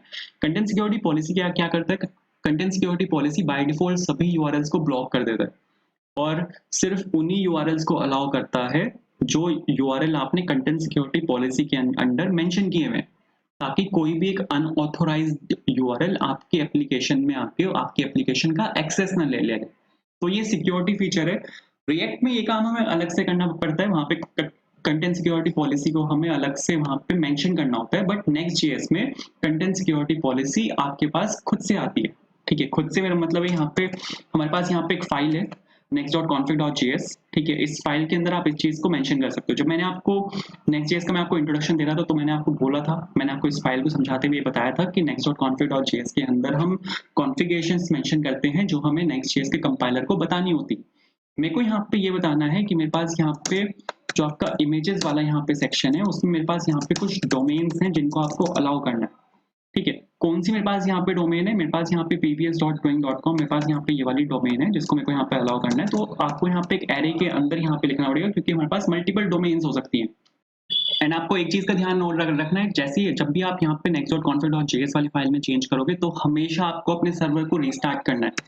हमेशा यहाँ पे Ctrl+C दबा के आपको सर्वर को रोकना है इसके बाद सर्वर को आपको यहाँ पे रीस्टार्ट करना है। मैंने यहाँ पे npm run dev लिखा ताकि आपका जो सर्वर है वो यहाँ पे ये रीस्टार्ट हो जाएगा, ठीक है। तो आपको मैनुअली ये काम यहाँ पे करना पड़ता है। अगर आप यहाँ पे इतना लिख दोगे तो ये आपका यहाँ पे जो आपकी एरर है वो यहाँ से हट जाएगा। इसको रिफ्रेश कर लेते हैं, कंपाइल होगा, अभी तो कंपाइल हो रहा है।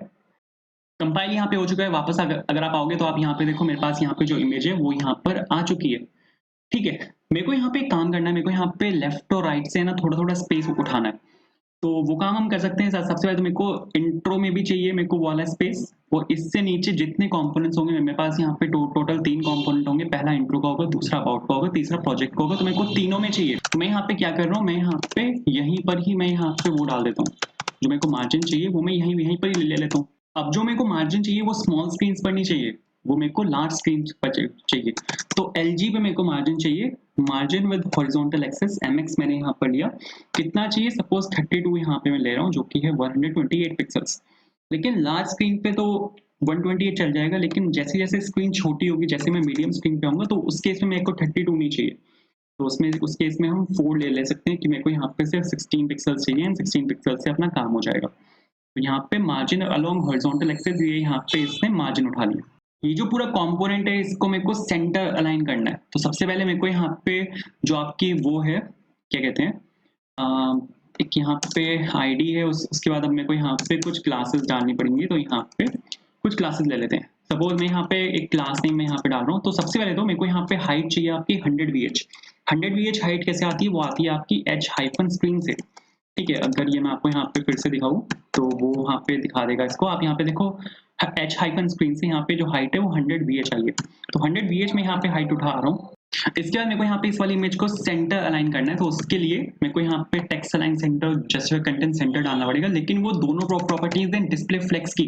तो मेरे को यहाँ पे डिस्प्ले फ्लेक्स डालना पड़ेगा। उसके बाद हम यहाँ पे डाल सकते हैं टेक्स्ट लाइन सेंटर, जो आपका आता है टेक्स्ट सेंटर से, या आपका आता है टेक्स्ट लाइन सेंटर। उसके बाद मेरे को यहाँ पे जस्टिफाई कंटेंट सेंटर डालना है। तो उसके लिए आप यहाँ पे लिख सकते हो जस्टिफाई सेंटर, एंड उसके बाद मेरे को यहाँ पे अलाइन आइटम सेंटर डालना है। तो उसके लिए हमारे पास यहाँ पे जो क्लास है वो है आइटम सेंटर। तो अगर आप यहाँ पे इतना लिखोगे तो इतने से आप यहाँ पे देखोगे कि जो इमेज है वो आपकी सेंटर लाइन यहाँ पे हो जाएगी। आप यहाँ पे ये देख भी सकते हो। इसके बाद एक काम करते हैं, मेरे को यहाँ पे ये जो नीचे वाला यहाँ पे डिव है, इसमें मेरे को H1 में आपका यहाँ पे नाम डालना है। तो सबसे पहले तो मेरे को यहाँ पे लिखना है सॉफ्टवेयर डेवलपर, या आपकी जो भी यहाँ पे प्रोफाइल है आप यहाँ पे वो डाल सकते हो। उसके बाद एक और H1 ले लेते हैं। एक और H1 के साथ मेरे को यहाँ पे आपका नाम डालना है। तो उसके लिए मैं यहाँ पे डाल रहा हूँ user info and dot name, ठीक है। तो अब एक सिंगल सोर्स है जहां से पूरी इन्फॉर्मेशन आ रही है, तो वहीं से हम आपकी जो इन्फॉर्मेशन है उसको फेच कर लेंगे। तो यहाँ पे आप देखो सॉफ्टवेयर डेवलपर और कोड फॉर इंटरव्यू, यहाँ पे ये दोनों चीजें आ चुकी हैं। लेकिन ये जो नेम है इसको मेरे को ऐसे नहीं लिखना। नेम को मेरे को यहाँ पे लिखना है हाई एंड IM। ये जो यहाँ पे सिंगल इन्वर्टेड कोमा है इसको हम यहाँ पे लिख सकते हैं एंड #39 और सेमीकोलन, और फिर यहाँ पे आप अपना नेम डाल सकते हो। तो यहाँ पे स्पैन एलिमेंट ले लेते हैं, और स्पैन एलिमेंट के अंदर यहाँ पे ये जो आपका यहाँ पे नेम है वो आप यहाँ पे डाल सकते हो। तो आप यहाँ पे देखोगे हाई आई एम दिस, ये यहाँ पर आ चुका है। थोड़ी सी CSS मेरे को यहाँ पे हैंडल करनी है। तो सबसे पहले तो यहाँ पे जो सॉफ्टवेयर डेवलपर है, आपने यहाँ पे सॉफ्टवेयर डेवलपर जो लिखा हुआ है उसकी CSS यहाँ पे हैंडल कर लेते हैं। तो यहाँ पर इसको मेरे को थोड़ा बड़ा चाहिए, तो टेक्स्ट 7 टाइम्स लार्ज में इसको ले रहा हूँ। तो यहाँ पे आप देखोगे ये काफी यहाँ पे बड़ा हो जाएगा, बहुत सही। इसको पूरे को मेरे को अपर केस करना है। तो टेक्स्ट लाइन अपर केस जो हमारे पास यहाँ पे CSS होती है वो अपर केस से आती है। तो आप यहाँ पे अपर केस करोगे तो ये आपका अपर केस हो जाएगा, ठीक है। और बाय डिफॉल्ट इसको मेरे को हिडन रखना है, क्योंकि अगर आप इसको यहाँ पे छोटी स्क्रीन पे सपोज लेकर जाओगे तो छोटी स्क्रीन पे मेरे पास यहाँ पे उतना स्पेस नहीं बचेगा। अभी तो वैसे ये यहाँ पे मोबाइल रिस्पॉन्सिव नहीं है, बट छोटी स्क्रीन पे यहाँ पे स्पेस बचेगा नहीं। तो छोटी स्क्रीन पे मेरे को बाय डिफॉल्ट इसको हिडन रखना है। तो डिस्प्ले हिडन एक प्रॉपर्टी होती है, यहाँ पे मैंने डायरेक्टली हिडन लिखा। लेकिन जो बड़ी स्क्रीन है, मीडियम स्क्रीन है, उस पर मेरे को इसको शो करना है। तो डिस्प्ले ब्लॉक हमारे पास यहाँ पे एक प्रॉपर्टी होती है, हम यहाँ पे वो डाल सकते हैं। तो आप यहाँ पे देखोगे मीडियम स्क्रीन पे डिस्प्ले ब्लॉक है, लेकिन जैसे ही मैं यहाँ पे स्मॉल स्क्रीन पे जाऊंगा तो वहाँ पे वो डिस्प्ले हिडन हो जाएगा, वो वहाँ से हट जाएगा।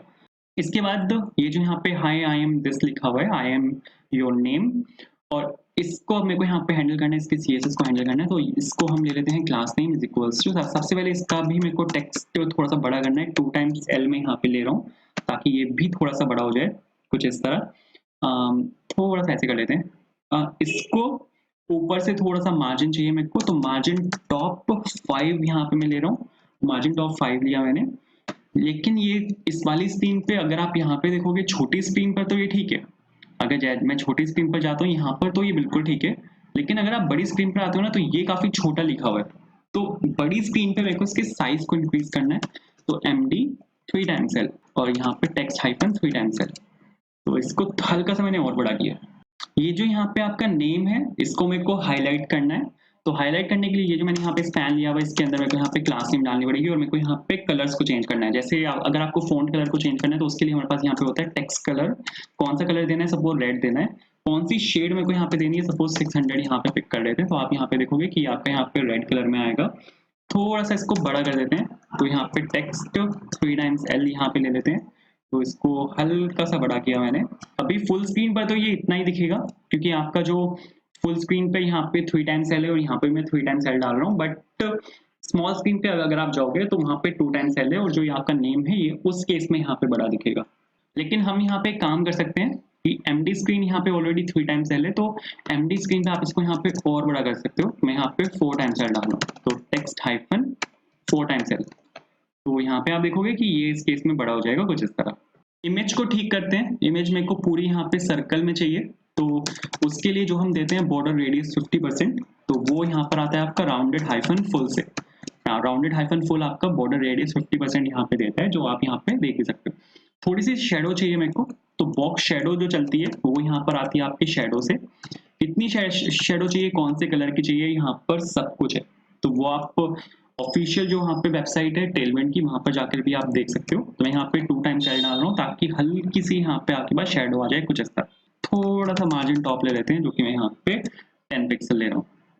अब ये यहाँ पे इससे बिल्कुल चिपका हुआ है, तो इसको मेरे को हल्का सा यहाँ पे बीच में स्पेस चाहिए, तो उसके लिए ये जो यहाँ पे डिव है इसमें अब मेरे को क्लास नेम्स को हैंडल करना पड़ेगा, तो class name is equals to medium screen पे चाहिए मेरे को, क्योंकि स्मॉल स्क्रीन में तो आपकी इमेज ऊपर आएगी टेक्स्ट नीचे आएगा, तो वहां पे मेरे को मार्जिन लेफ्ट की जरूरत नहीं है, सिर्फ बड़ी स्क्रीन पे मेरे को जरूरत है, तो यहाँ पे मैं मार्जिन लेफ्ट ले रहा हूँ सपोज -20, तो मार्जिन लेफ्ट -20 लिया मैंने और बिल्कुल सही है। अगर इससे थोड़ी लार्ज स्क्रीन जाती है, वैसे तो जानी नहीं चाहिए, तो उसके लिए भी आप हैंडल कर सकते हो। अगर इससे स्मॉल स्क्रीन जाती है, ठीक है, लार्ज स्क्रीन तो इससे क्या ही जाएगी, लेकिन अगर इससे स्मॉल स्क्रीन जाती है तो आप यहाँ पे देखो स्पेस उस केस में काफी ज्यादा है, तो अगर आप यहाँ पे देखो स्मॉल स्क्रीन पे आते हो आप, तो यहाँ पे स्पेस काफी ज्यादा है, तो मेरे को यहाँ पे स्मॉल स्क्रीन पे इसको कम करना पड़ेगा, तो यहाँ पे उस केस में हम 12 ले सकते हैं ताकि ये आपका स्मॉल स्क्रीन पे थोड़ा सा और कम हो जाए। इसकी जो विथ है, अभी अगर आप यहाँ पे एक चीज देखो ना, इसने पूरी विथ को ऑक्यूपाई किया हुआ है, इस बेचारे को विथ ही नहीं मिल रही, तो मेरे को यहाँ पे 50% एटलीस्ट चाहिए, 50% विथ इसको मिले और 50% विथ यहाँ पे इसको मिले। तो विथ का है ना क्या सिस्टम है यहाँ पे, आपको मैंने पहले भी दिखाया था, आप यहाँ पे देखो विथ 1 है, यहाँ पे 4 पिक्सल, 1.5 है 6 पिक्सल, लेकिन आपको अगर परसेंटेज में विथ चाहिए, जो कि मोस्टली टाइम्स हम परसेंटेज में ही विथ डालते हैं, तो उसके लिए यहाँ पे डिवीजन है। जैसे आप यहाँ पे देखो 1/4 है यहाँ पे 25%, 1/4 अगर आप यहाँ पे निकालोगे तो 0.25 बैठता है, तो यहाँ पे 25%, 2/4 है आपको 50%, 3/4 है 75%, तो विथ आपकी परसेंटेज में कुछ इस तरह से चलती है। मेरे को विथ चाहिए 50% और मेरे को विथ चाहिए वो सिर्फ मीडियम स्क्रीन पे, तो यहाँ पे मैं W-1/2 ले रहा हूँ जो कि उठा लेगा यहाँ पे 50%। तो आप यहाँ पे देखो इसको विथ मिल गई, इसको जितनी विथ मिलनी थी इसको विथ मिल गई। अब यहाँ पे मेरे को क्या काम करना है सर, अब यहाँ पे मेरे को ये काम करना है कि अगर मैं स्मॉल स्क्रीन पे जाता हूँ ना, तो इसको मेरे को एक के नीचे एक दिखाना है, बट अभी दिख नहीं रहा क्योंकि मैंने यहाँ पे डिस्प्ले फ्लेक्स डाला हुआ है। डिस्प्ले फ्लेक्स चीजों को एक लाइन में मूव कर देता है, तो मैंने आपको क्या बोला था, बाय डिफॉल्ट आपको इसको मोबाइल स्क्रीन के लिए हैंडल करना है, तो मैं यहाँ पे डाल रहा हूँ फ्लेक्स डायरेक्शन कॉलम, तो फ्लेक्स कॉल मैंने यहाँ पे डाला ताकि एक के नीचे एक आ जाए कुछ इस तरह। आप यहाँ पे देखो एक के नीचे एक यहाँ पे आ चुका है, बट अब अगर मैं फुल स्क्रीन जाता हूँ तो वहां पे भी वो एक के नीचे एक रहेगा, तो मेरे को मीडियम स्क्रीन के लिए हैंडल करना पड़ेगा, मीडियम स्क्रीन और उससे ऊपर वाली स्क्रीन के लिए, कि ये यहाँ पे आपका फ्लेक्स जो रहे वो आपका रो रहे, फ्लेक्स डायरेक्शन रो। आप यहाँ पे देखो फ्लेक्स डायरेक्शन यहाँ पे रो है, लेकिन जैसे ही मैं यहाँ पे स्मॉल स्क्रीन पे जाऊंगा तो फ्लेक्स डायरेक्शन यहाँ पे आपकी कॉलम हो जाएगी। ये कुछ इस तरह से यहाँ पे वर्क करेगा, तो मोबाइल रिस्पॉन्सिव इसको साथ साथ बनाते हुए जाएंगे, एंड यहाँ पर आप देखो बिल्कुल सही सही चल रहा है। लेकिन एक चीज है यहाँ पे, ये यहाँ पे सेंटर लाइन है, जो टेक्स्ट है आप यहाँ पे देख रहे हो ये यहाँ पे सेंटर अलाइन है, पूरा सेंटर से स्टार्ट हो रहा है। इसको मेरे को जैसे ये फुल स्क्रीन हो जाता है इसको मेरे को सेंटर से स्टार्ट नहीं करना, उस केस में मेरे को यहाँ पे इसको अलाइन आइटम स्टार्ट रखना है। जो भी अलाइन आइटम्स मैंने यहाँ पे सेंटर किया हुआ है, मतलब टेक्स्ट अलाइन मैंने यहाँ पे सेंटर किया हुआ है, अभी यहाँ पे मैं कर रहा हूँ text line start on full screen. तो आप यहाँ पे देखो बिल्कुल मस्त चल रहा है। अब यहाँ पे मेरे को क्या काम करना है, इसके नीचे मेरे को यहाँ पर एक हेडिंग डालनी है। ठीक है, तो अभी यहाँ पे आपने क्या क्या डाला, अभी यहाँ पे आपने अपनी डेजिग्नेशन डाली, आपने यहाँ पे नेम डाला। अब इसके जस्ट नीचे मेरे को यहाँ पर आपकी हेडिंग डालनी है। हेडिंग कहाँ से आएगी, तो हेडिंग के लिए आपको वीडियो डिस्क्रिप्शन में जाना है, वहां पर आपको एक लिंक मिलेगा और उस लिंक से आप ये वाले जो ऑब्जेक्ट्स हैं इनको कॉपी कर सकते हो। ठीक है, तो ये पूरा यहाँ पे यूजर ऑब्जेक्ट जिसको मैं यहाँ पे यूज करने वाला हूँ और ये यहाँ पे उसकी हेडिंग है। तो ये पूरा ऑब्जेक्ट ही आप यहाँ पे कॉपी कर लेना, ये वाला पूरा ऑब्जेक्ट चाहिए और हमें ये वाला भी पूरा ऑब्जेक्ट चाहिए, लेकिन ये प्रोजेक्ट्स के केस में चाहिए। तो अभी यूजर इन्फो के केस में मेरे को ये वाला पूरा ऑब्जेक्ट चाहिए। इसको मैं एक्सप्लेन कर देता हूँ यहाँ पे क्या क्या लिखा हुआ है। अभी के लिए मैंने वहां से इसको कॉपी कर लिया, आपको जाना है वीडियो डिस्क्रिप्शन में, वहां से आपको ये वाला पूरा ऑब्जेक्ट मिल जाएगा। तो यहाँ पर अगर आप देखो मेरे पास यहाँ पे क्या क्या है, एक सेकेंड, सबसे पहले यूजर ऑब्जेक्ट के अंदर जाते हैं और यहाँ पे जो आपकी हेडिंग है उसको यहाँ पे डाल लेते हैं। हेडिंग क्या चीज़ है, हेडिंग यहाँ पर आपकी स्ट्रिंग है। उसके बाद क्या है, उसके बाद यहाँ पर आपका अबाउट है, वो भी एक यहाँ पे स्ट्रिंग है। और उसके बाद आपका यहाँ पे स्किल्स है, लेकिन जो स्किल्स है वो आपका यहाँ पर एक एरे है, तो उसको एक एरे ले लेते हैं। लेकिन एरे में आपको ये मेंशन करना होता है किस तरह का एरे है, तो एरे ऑफ स्ट्रिंग्स है, एरे ऑफ ऑब्जेक्ट है, एरे ऑफ स्ट्रिंग है, एरे ऑफ नंबर्स है, किस तरह का एरे है तो वो आपको यहाँ पे वो मेंशन करना होता है।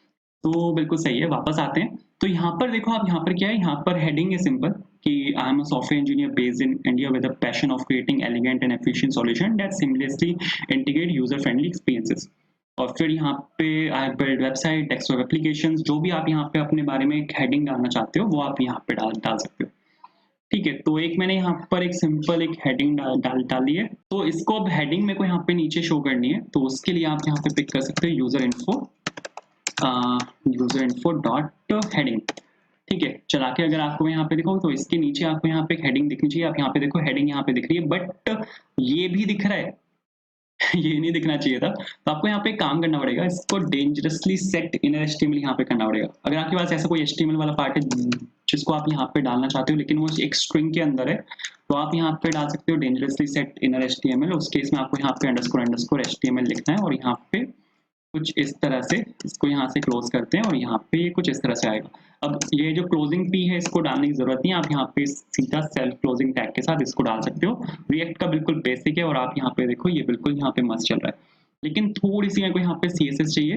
तो उसके लिए आपको यहाँ पे एक सेकेंड, नाइस। तो यहाँ पे सपोज क्लास नेम में ले रहा हूँ यहाँ पे, और क्लास नेम मेरे को यहाँ पे क्या चाहिए, मार्जिन टॉप चाहिए मेरे को, empty4 ले लेते हैं। और ऐसे ही मेरे को यहाँ पे मार्जिन बॉटम चाहिए, तो ऊपर और नीचे से मैंने यहाँ पे मार्जिन उठा लिया। इसके बाद इसके नीचे मेरे को एक बटन चाहिए, तो एक बटन ले लेते हैं। ठीक है, बटन पे ये लिखा होगा कि आप यहाँ पे नेविगेट कर सकते हो टू प्रोजेक्ट।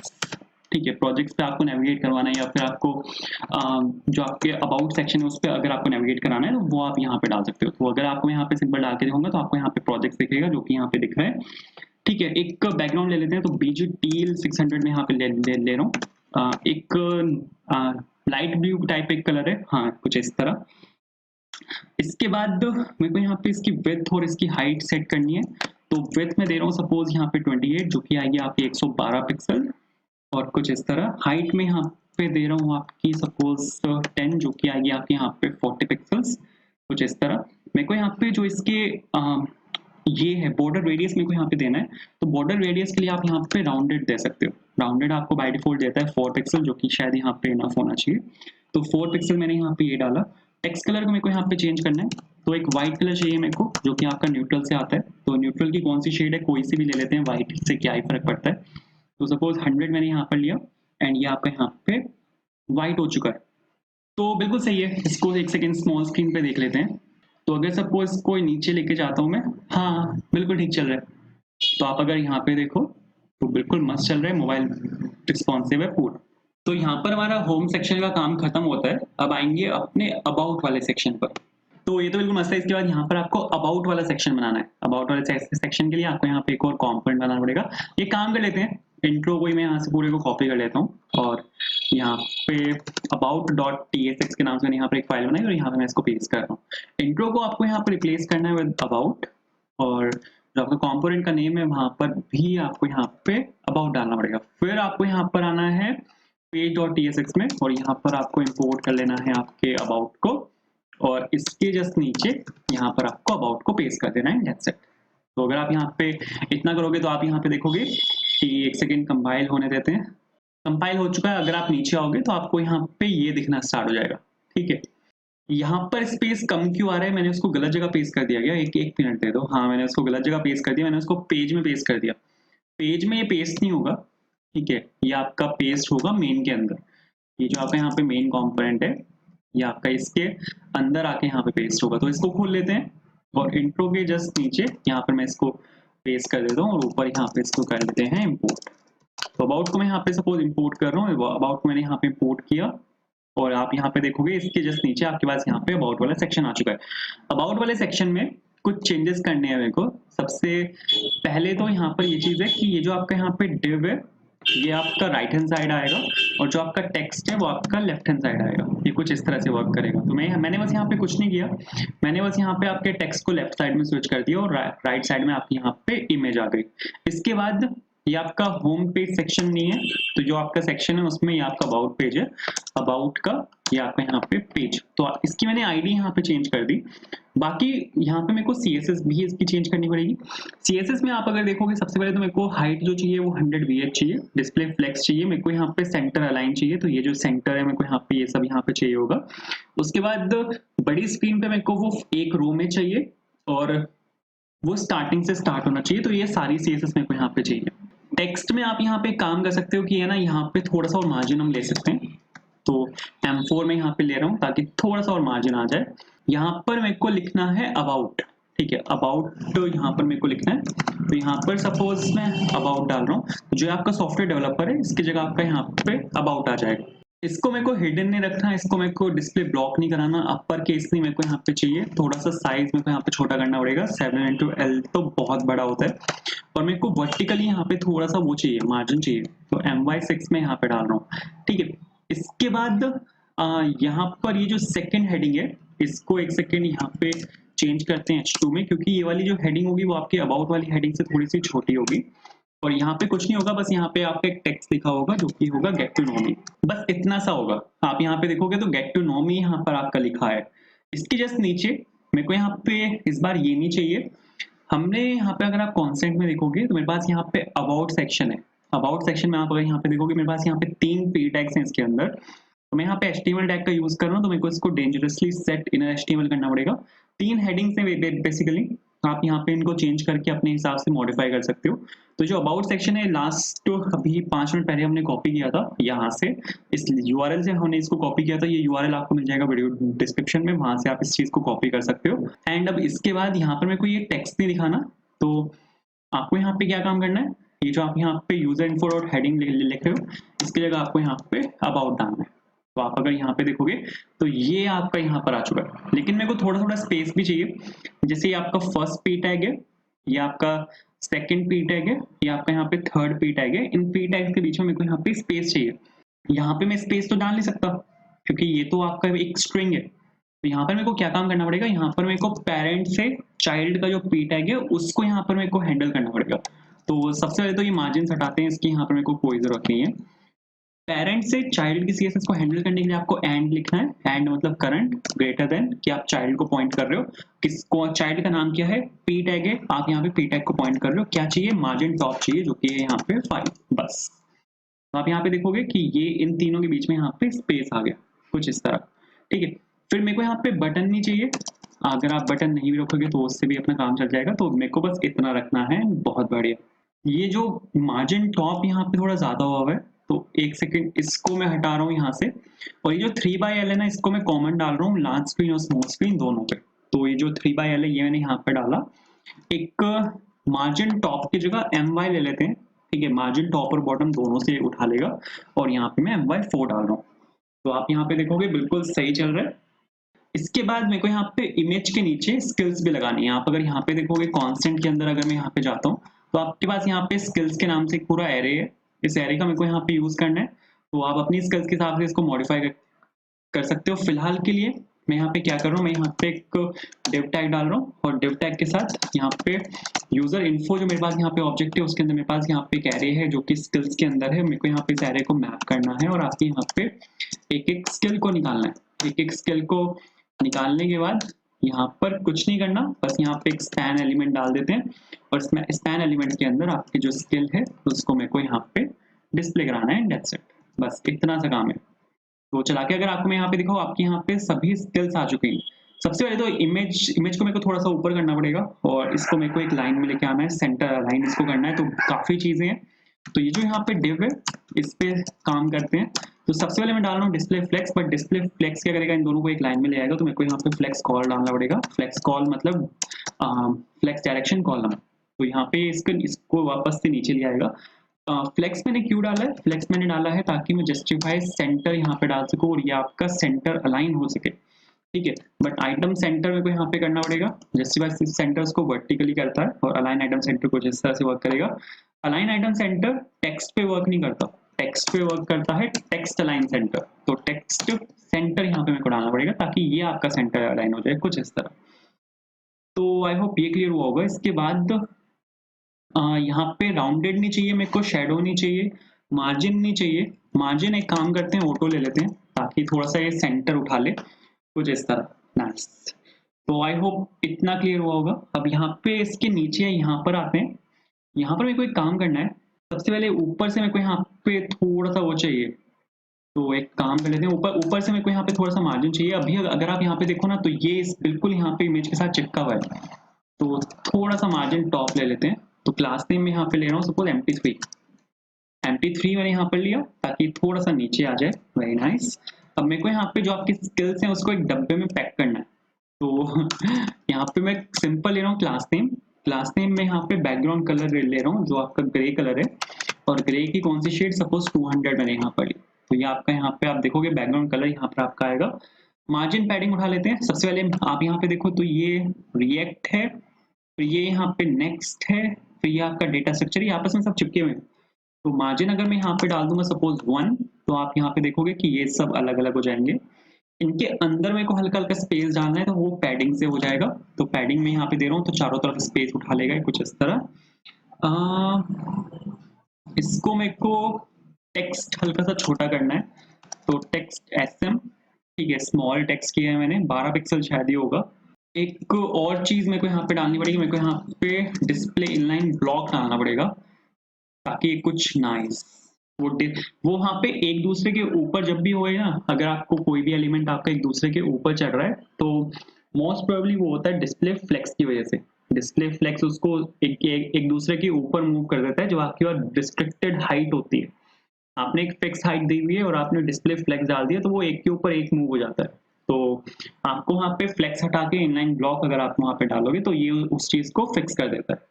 ये यहाँ पे पूरा स्क्वायर शेप है, मेरे को यहाँ पे जो बॉर्डर रेडियस है वो देना है हल्का सा। तो SM में यहाँ पे दे रहा हूँ जो कि 4 पिक्सल होता है ताकि ये यहाँ से इसके बॉर्डर रेडियस इसको हल्का सा मिल जाए। थोड़ा कम है, SM शायद 2 पिक्सल उठाता है, मेरे को यहाँ पे MD डालना पड़ेगा। MD 4 पिक्सल उठाता है। हाँ अब ठीक है। एक चीज और है, मेरे को यहाँ पे इसकी विड्थ सेट करनी पड़ेगी वरना ये एक ही लाइन में इतने सारे आ गए। तो इसकी एक विड्थ सेट कर लेते हैं। कितनी विड्थ देनी है? विड्थ में सपोज यहाँ पे दे रहा हूँ 3/4 जो कि आपकी 75% आएगी। तो आप यहाँ पे देखोगे कि ये कुछ इस तरह से वर्क करेगा।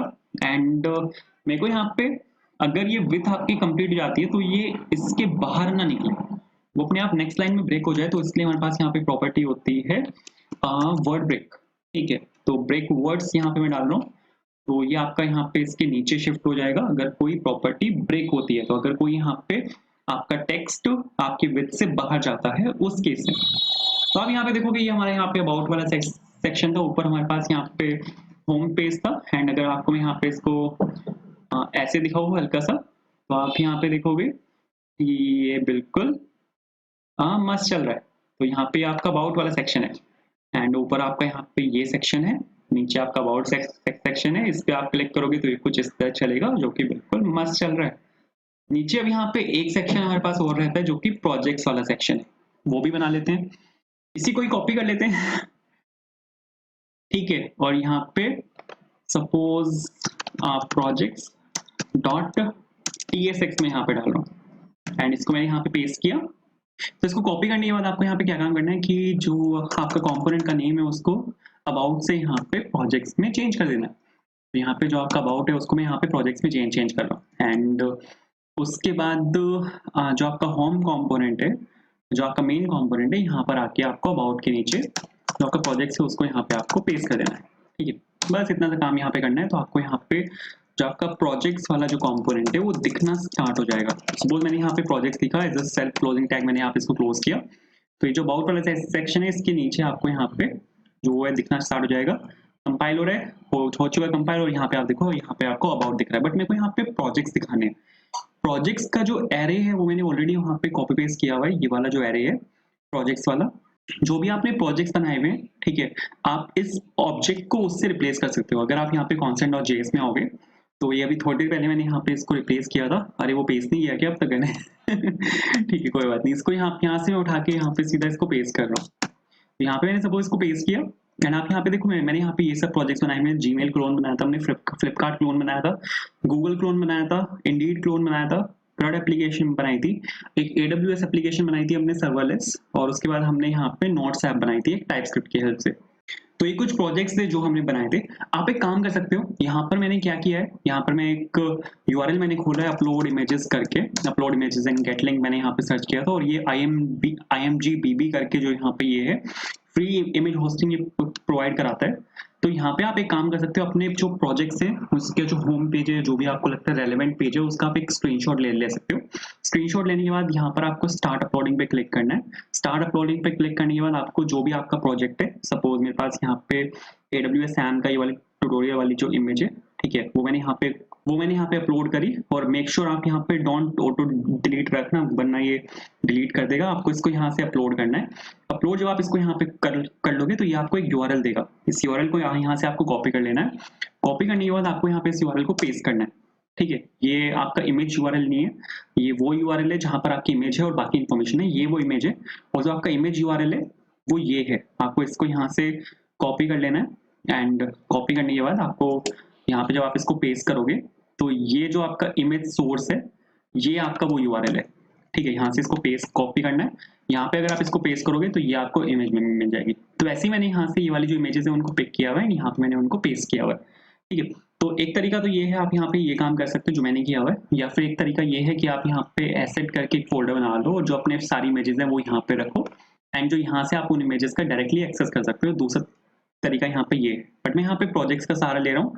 एक मेरे को यहाँ पे एक मॉडल बनाना पड़ेगा प्रोजेक्ट्स करके, मेरे को यहाँ पे एक मॉडल बनाना है, कुछ नहीं है। ठीक है, मैं यहाँ पे सीधा इसको कॉपी पेस्ट कर रहा हूँ क्योंकि कुछ नहीं है, बस यहाँ पे जो मेरे पास यहाँ पे प्रोजेक्ट्स हैं उसका मैंने यहाँ पर एक इंटरफेस बनाया हुआ और कुछ भी नहीं है। ठीक है, या फिर इसकी जरूरत भी नहीं है, आप ऐसे भी छोड़ोगे तो भी कोई दिक्कत नहीं है। वैलिडेट करना मर्जी है, अगर आप वैलिडेट करना चाहो तो कर भी सकते हो, नहीं करना चाहो तो आपकी मर्जी है, ना भी करो। बट आप यहाँ पे टाइपस्क्रिप्ट का यूज कर रहे हो तो वैलिडेट करना चाहिए।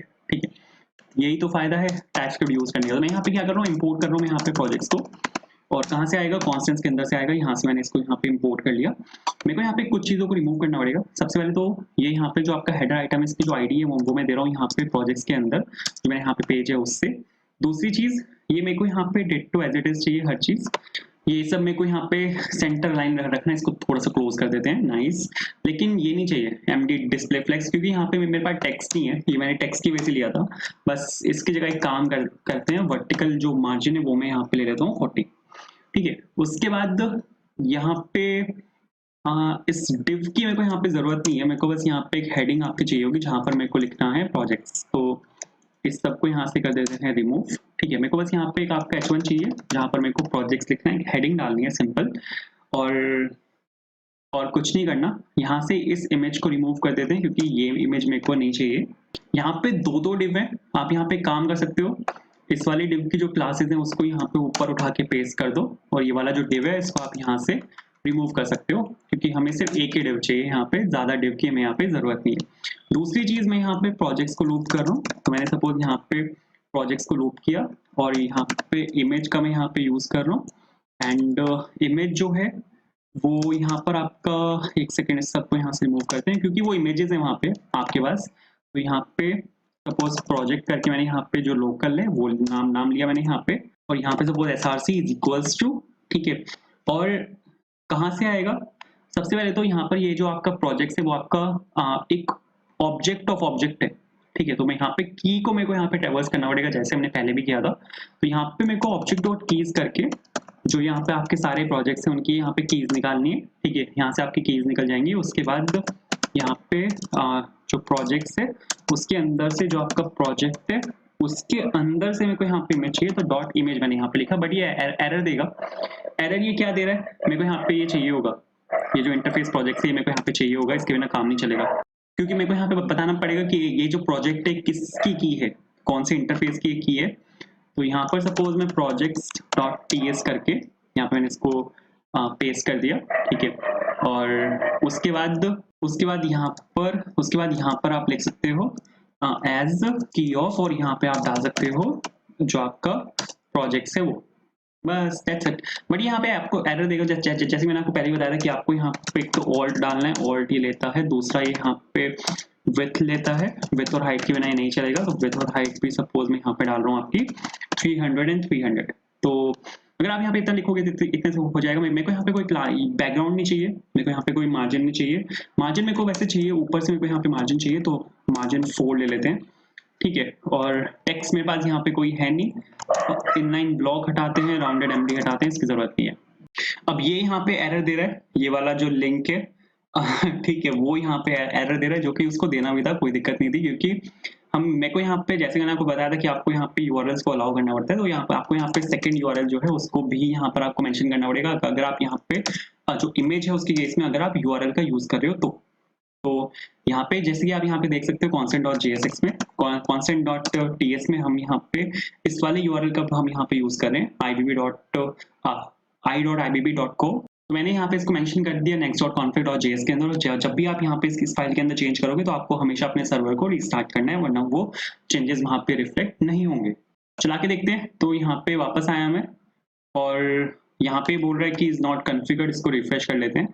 रिफ्रेश हो चुका है, वापस आते हैं। और अगर आप यहाँ पे देखोगे तो आपके पास यहाँ पे जो प्रोजेक्ट्स हैं वो यहाँ पर आ चुके हैं, बट वो एक के नीचे एक आ रहा है। जो CSS है उसको मेरे को यहाँ पे चेंज करना है, मेरे को यहाँ से फ्लेक्स कॉल हटाना है। फ्लेक्स कॉल क्या करते हैं, उसको फोर्स करता है कॉलम वाइज अलाइन होने के लिए। तो फ्लेक्स कॉल मैंने हटा दिया। लेकिन अब अगर आप यहाँ पे देखोगे तो ये आपका जो विथ है उससे बाहर निकल गया, तो मेरे को यहाँ पे ब्रेक वर्ड्स लगाना पड़ेगा, और जो विथ है यहाँ से वो हटाते हैं। दूसरी चीज फ्लेक्स रैप लगाना पड़ेगा, वरना ब्रेक वर्ड्स यहाँ पे काम नहीं करेगा, क्योंकि डिस्प्ले फ्लेक्स लगा हुआ है। तो आप यहाँ पे देखो बिल्कुल मस्त चल रहा है। तो ये सभी वो प्रोजेक्ट्स थे जो हमने इस चैनल पर बनाए थे। हमने गूगल का क्लोन बनाया था, हमने जीमेल क्लोन बनाया था, फ्लिपकार्ट क्लोन बनाया था, गूगल क्लोन बनाया था नेक्स्ट.जेएस की हेल्प से। इंडीड को हमने क्लोन किया था फुल स्टैक से, जहां पर हमने spring boot, hibernate, material UI और रिएक्ट का यूज किया था। फिर हमने क्रेड एप्लीकेशन बनाई थी जहां पर हमने spring boot, react, material UI and hibernate and MySQL का हमने यहाँ पे यूज किया था।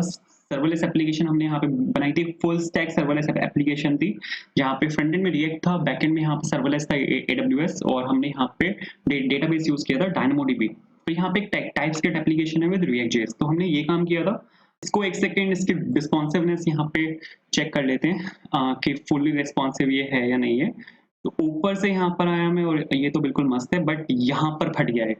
इस चीज की मैं बात कर रहा था अभी थोड़ी देर पहले, जो मैंने आपको बोला था कि जब भी आप डिस्प्ले फ्लेक्स का यूज करते हो और आपकी हाइट जो होती है वो लिमिटेड होती है, तो वो क्या करता है, वो ओवरलैप हो जाता है आपके दूसरे एलिमेंट्स के ऊपर। क्योंकि यहाँ पर क्या है, यहाँ पर मैंने हाइट आपकी 100 VH दी हुई है, तो जैसे आपने डिस्प्ले फ्लेक्स लगाया, हाइट तो आपकी लिमिटेड है, तो वो उसको हाइट नहीं मिलती, तो वो ओवरलैप हो जाता है। आप यहाँ पे देखो, अब ये बिल्कुल यहाँ से फिक्स हो चुका है, तो बिल्कुल मस्त चल रहा है।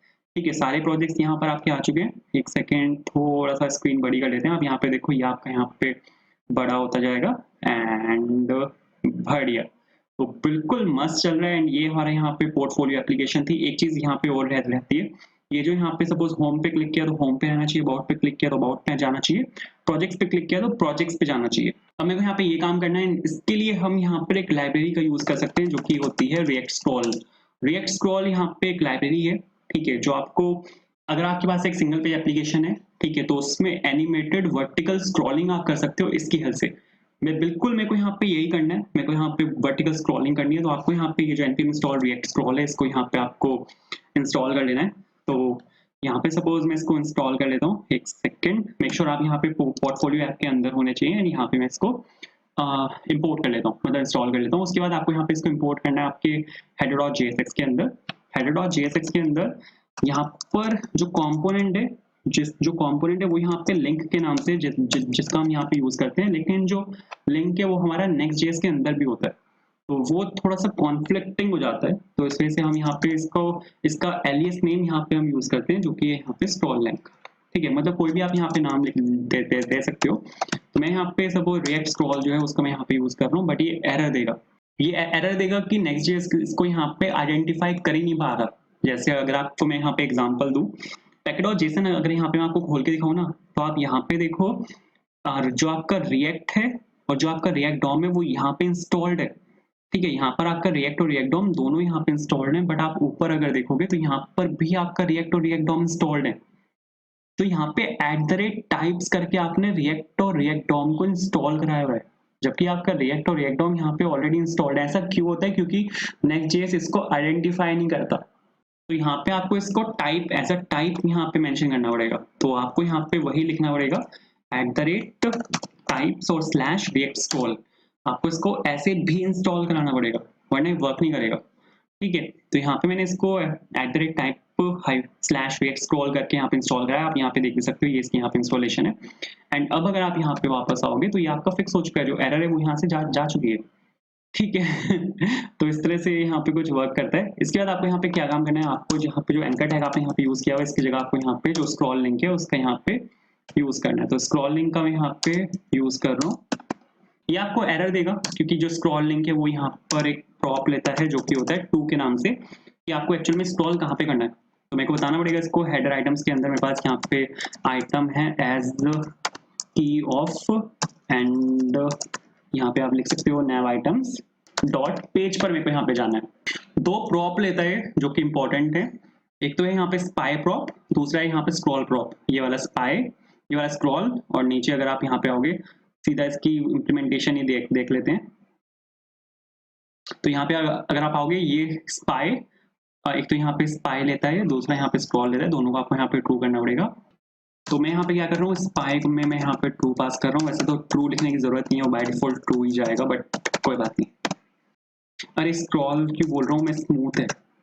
यहाँ पे आपकी जो ट्रांजिशन है वो यहाँ पे स्मूथ होनी चाहिए, तो उसके लिए मैंने यहाँ पे इसको ट्रू पास किया। चला के अगर यहाँ पे मैं आपको दिखाऊंगा तो बिल्कुल मस्त चलेगा। एक सेकंड रिफ्रेश कर लेते हैं।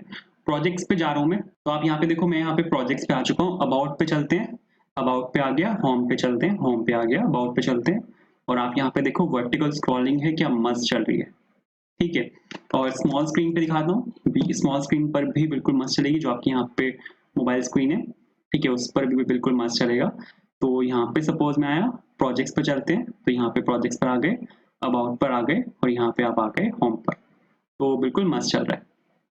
एक चीज और है, ये सेम मेरे को यहाँ पे प्रोजेक्ट्स में भी डालना है। तो यहाँ पर इसको यहाँ से हटाते हैं, और जो इंट्रो वाला आपका कंपोनेंट है वहां पर भी मेरे को सेम चीज डालनी है। तो आपको यहाँ पे जो आपका इंपोर्ट करना पड़ेगा, आपको यहाँ पे लिंक एज स्क्रॉल लिंक कहाँ से आएगा, ये आएगा आपका रिएक्ट हाइफन स्क्रॉल से। ठीक है, यहाँ से मैंने इसको इंपोर्ट किया, और जो आपका यहाँ पे बटन है इसकी जगह आपको यहाँ पे जो आपका स्क्रॉल लिंक है उसको यहाँ पे आपको पेस्ट कर देना है। दूसरी चीज, कहाँ पे जाना, कहाँ पर है जाना है आपको यहाँ पे header items dot projects dot page पर। ठीक है, दोनों चीजें यहाँ पे भी डालनी है।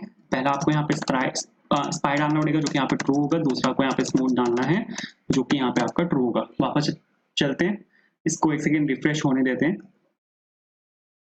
मैं यहाँ पे जाके एक सेकेंड सर्वर खोल लेता हूँ। नाइस, थोड़ा सा ऊपर कर लेते हैं। तो यहाँ पर आप देखो ये रिफ्रेश यहाँ पे हो रहा है।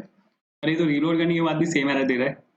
अच्छा, मेरे को यहाँ पे यूज क्लाइंट का यूज करना पड़ेगा, क्योंकि यहाँ पे जो मैं पैकेज का यहाँ पे यूज कर रहा हूँ, लिंक है, स्क्रॉल लिंक है, ये इंटरनली यहाँ पे कोई ऐसा पैकेज यूज कर रहा है जो कि एक्चुअल में आपका क्लाइंट साइड यूज होना चाहिए। तो इस वजह से वो एरर था, एरर यहाँ से जा चुका है।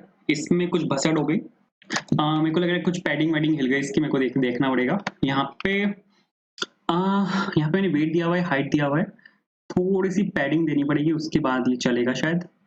हाँ, फ्लेक्स देने के बाद चला है, लेकिन फ्लेक्स के बाद है ना, ये यहाँ पे इसको मेरे को सेंटर अलाइन यहाँ पे करना पड़ेगा। ठीक है, तो इसको आइटम सेंटर कर देते हैं, आइटम्स सेंटर, और आइटम सेंटर से वैसे तो हो जाना चाहिए, अगर नहीं होता है तो फिर हाँ ये हो गया यहाँ पे, और मेरे को यहाँ पे करना पड़ेगा जस्टिफाई सेंटर। ठीक है, बस जस्टिफाई सेंटर इसको वर्टिकल सेंटर कर देगा कुछ इस तरह।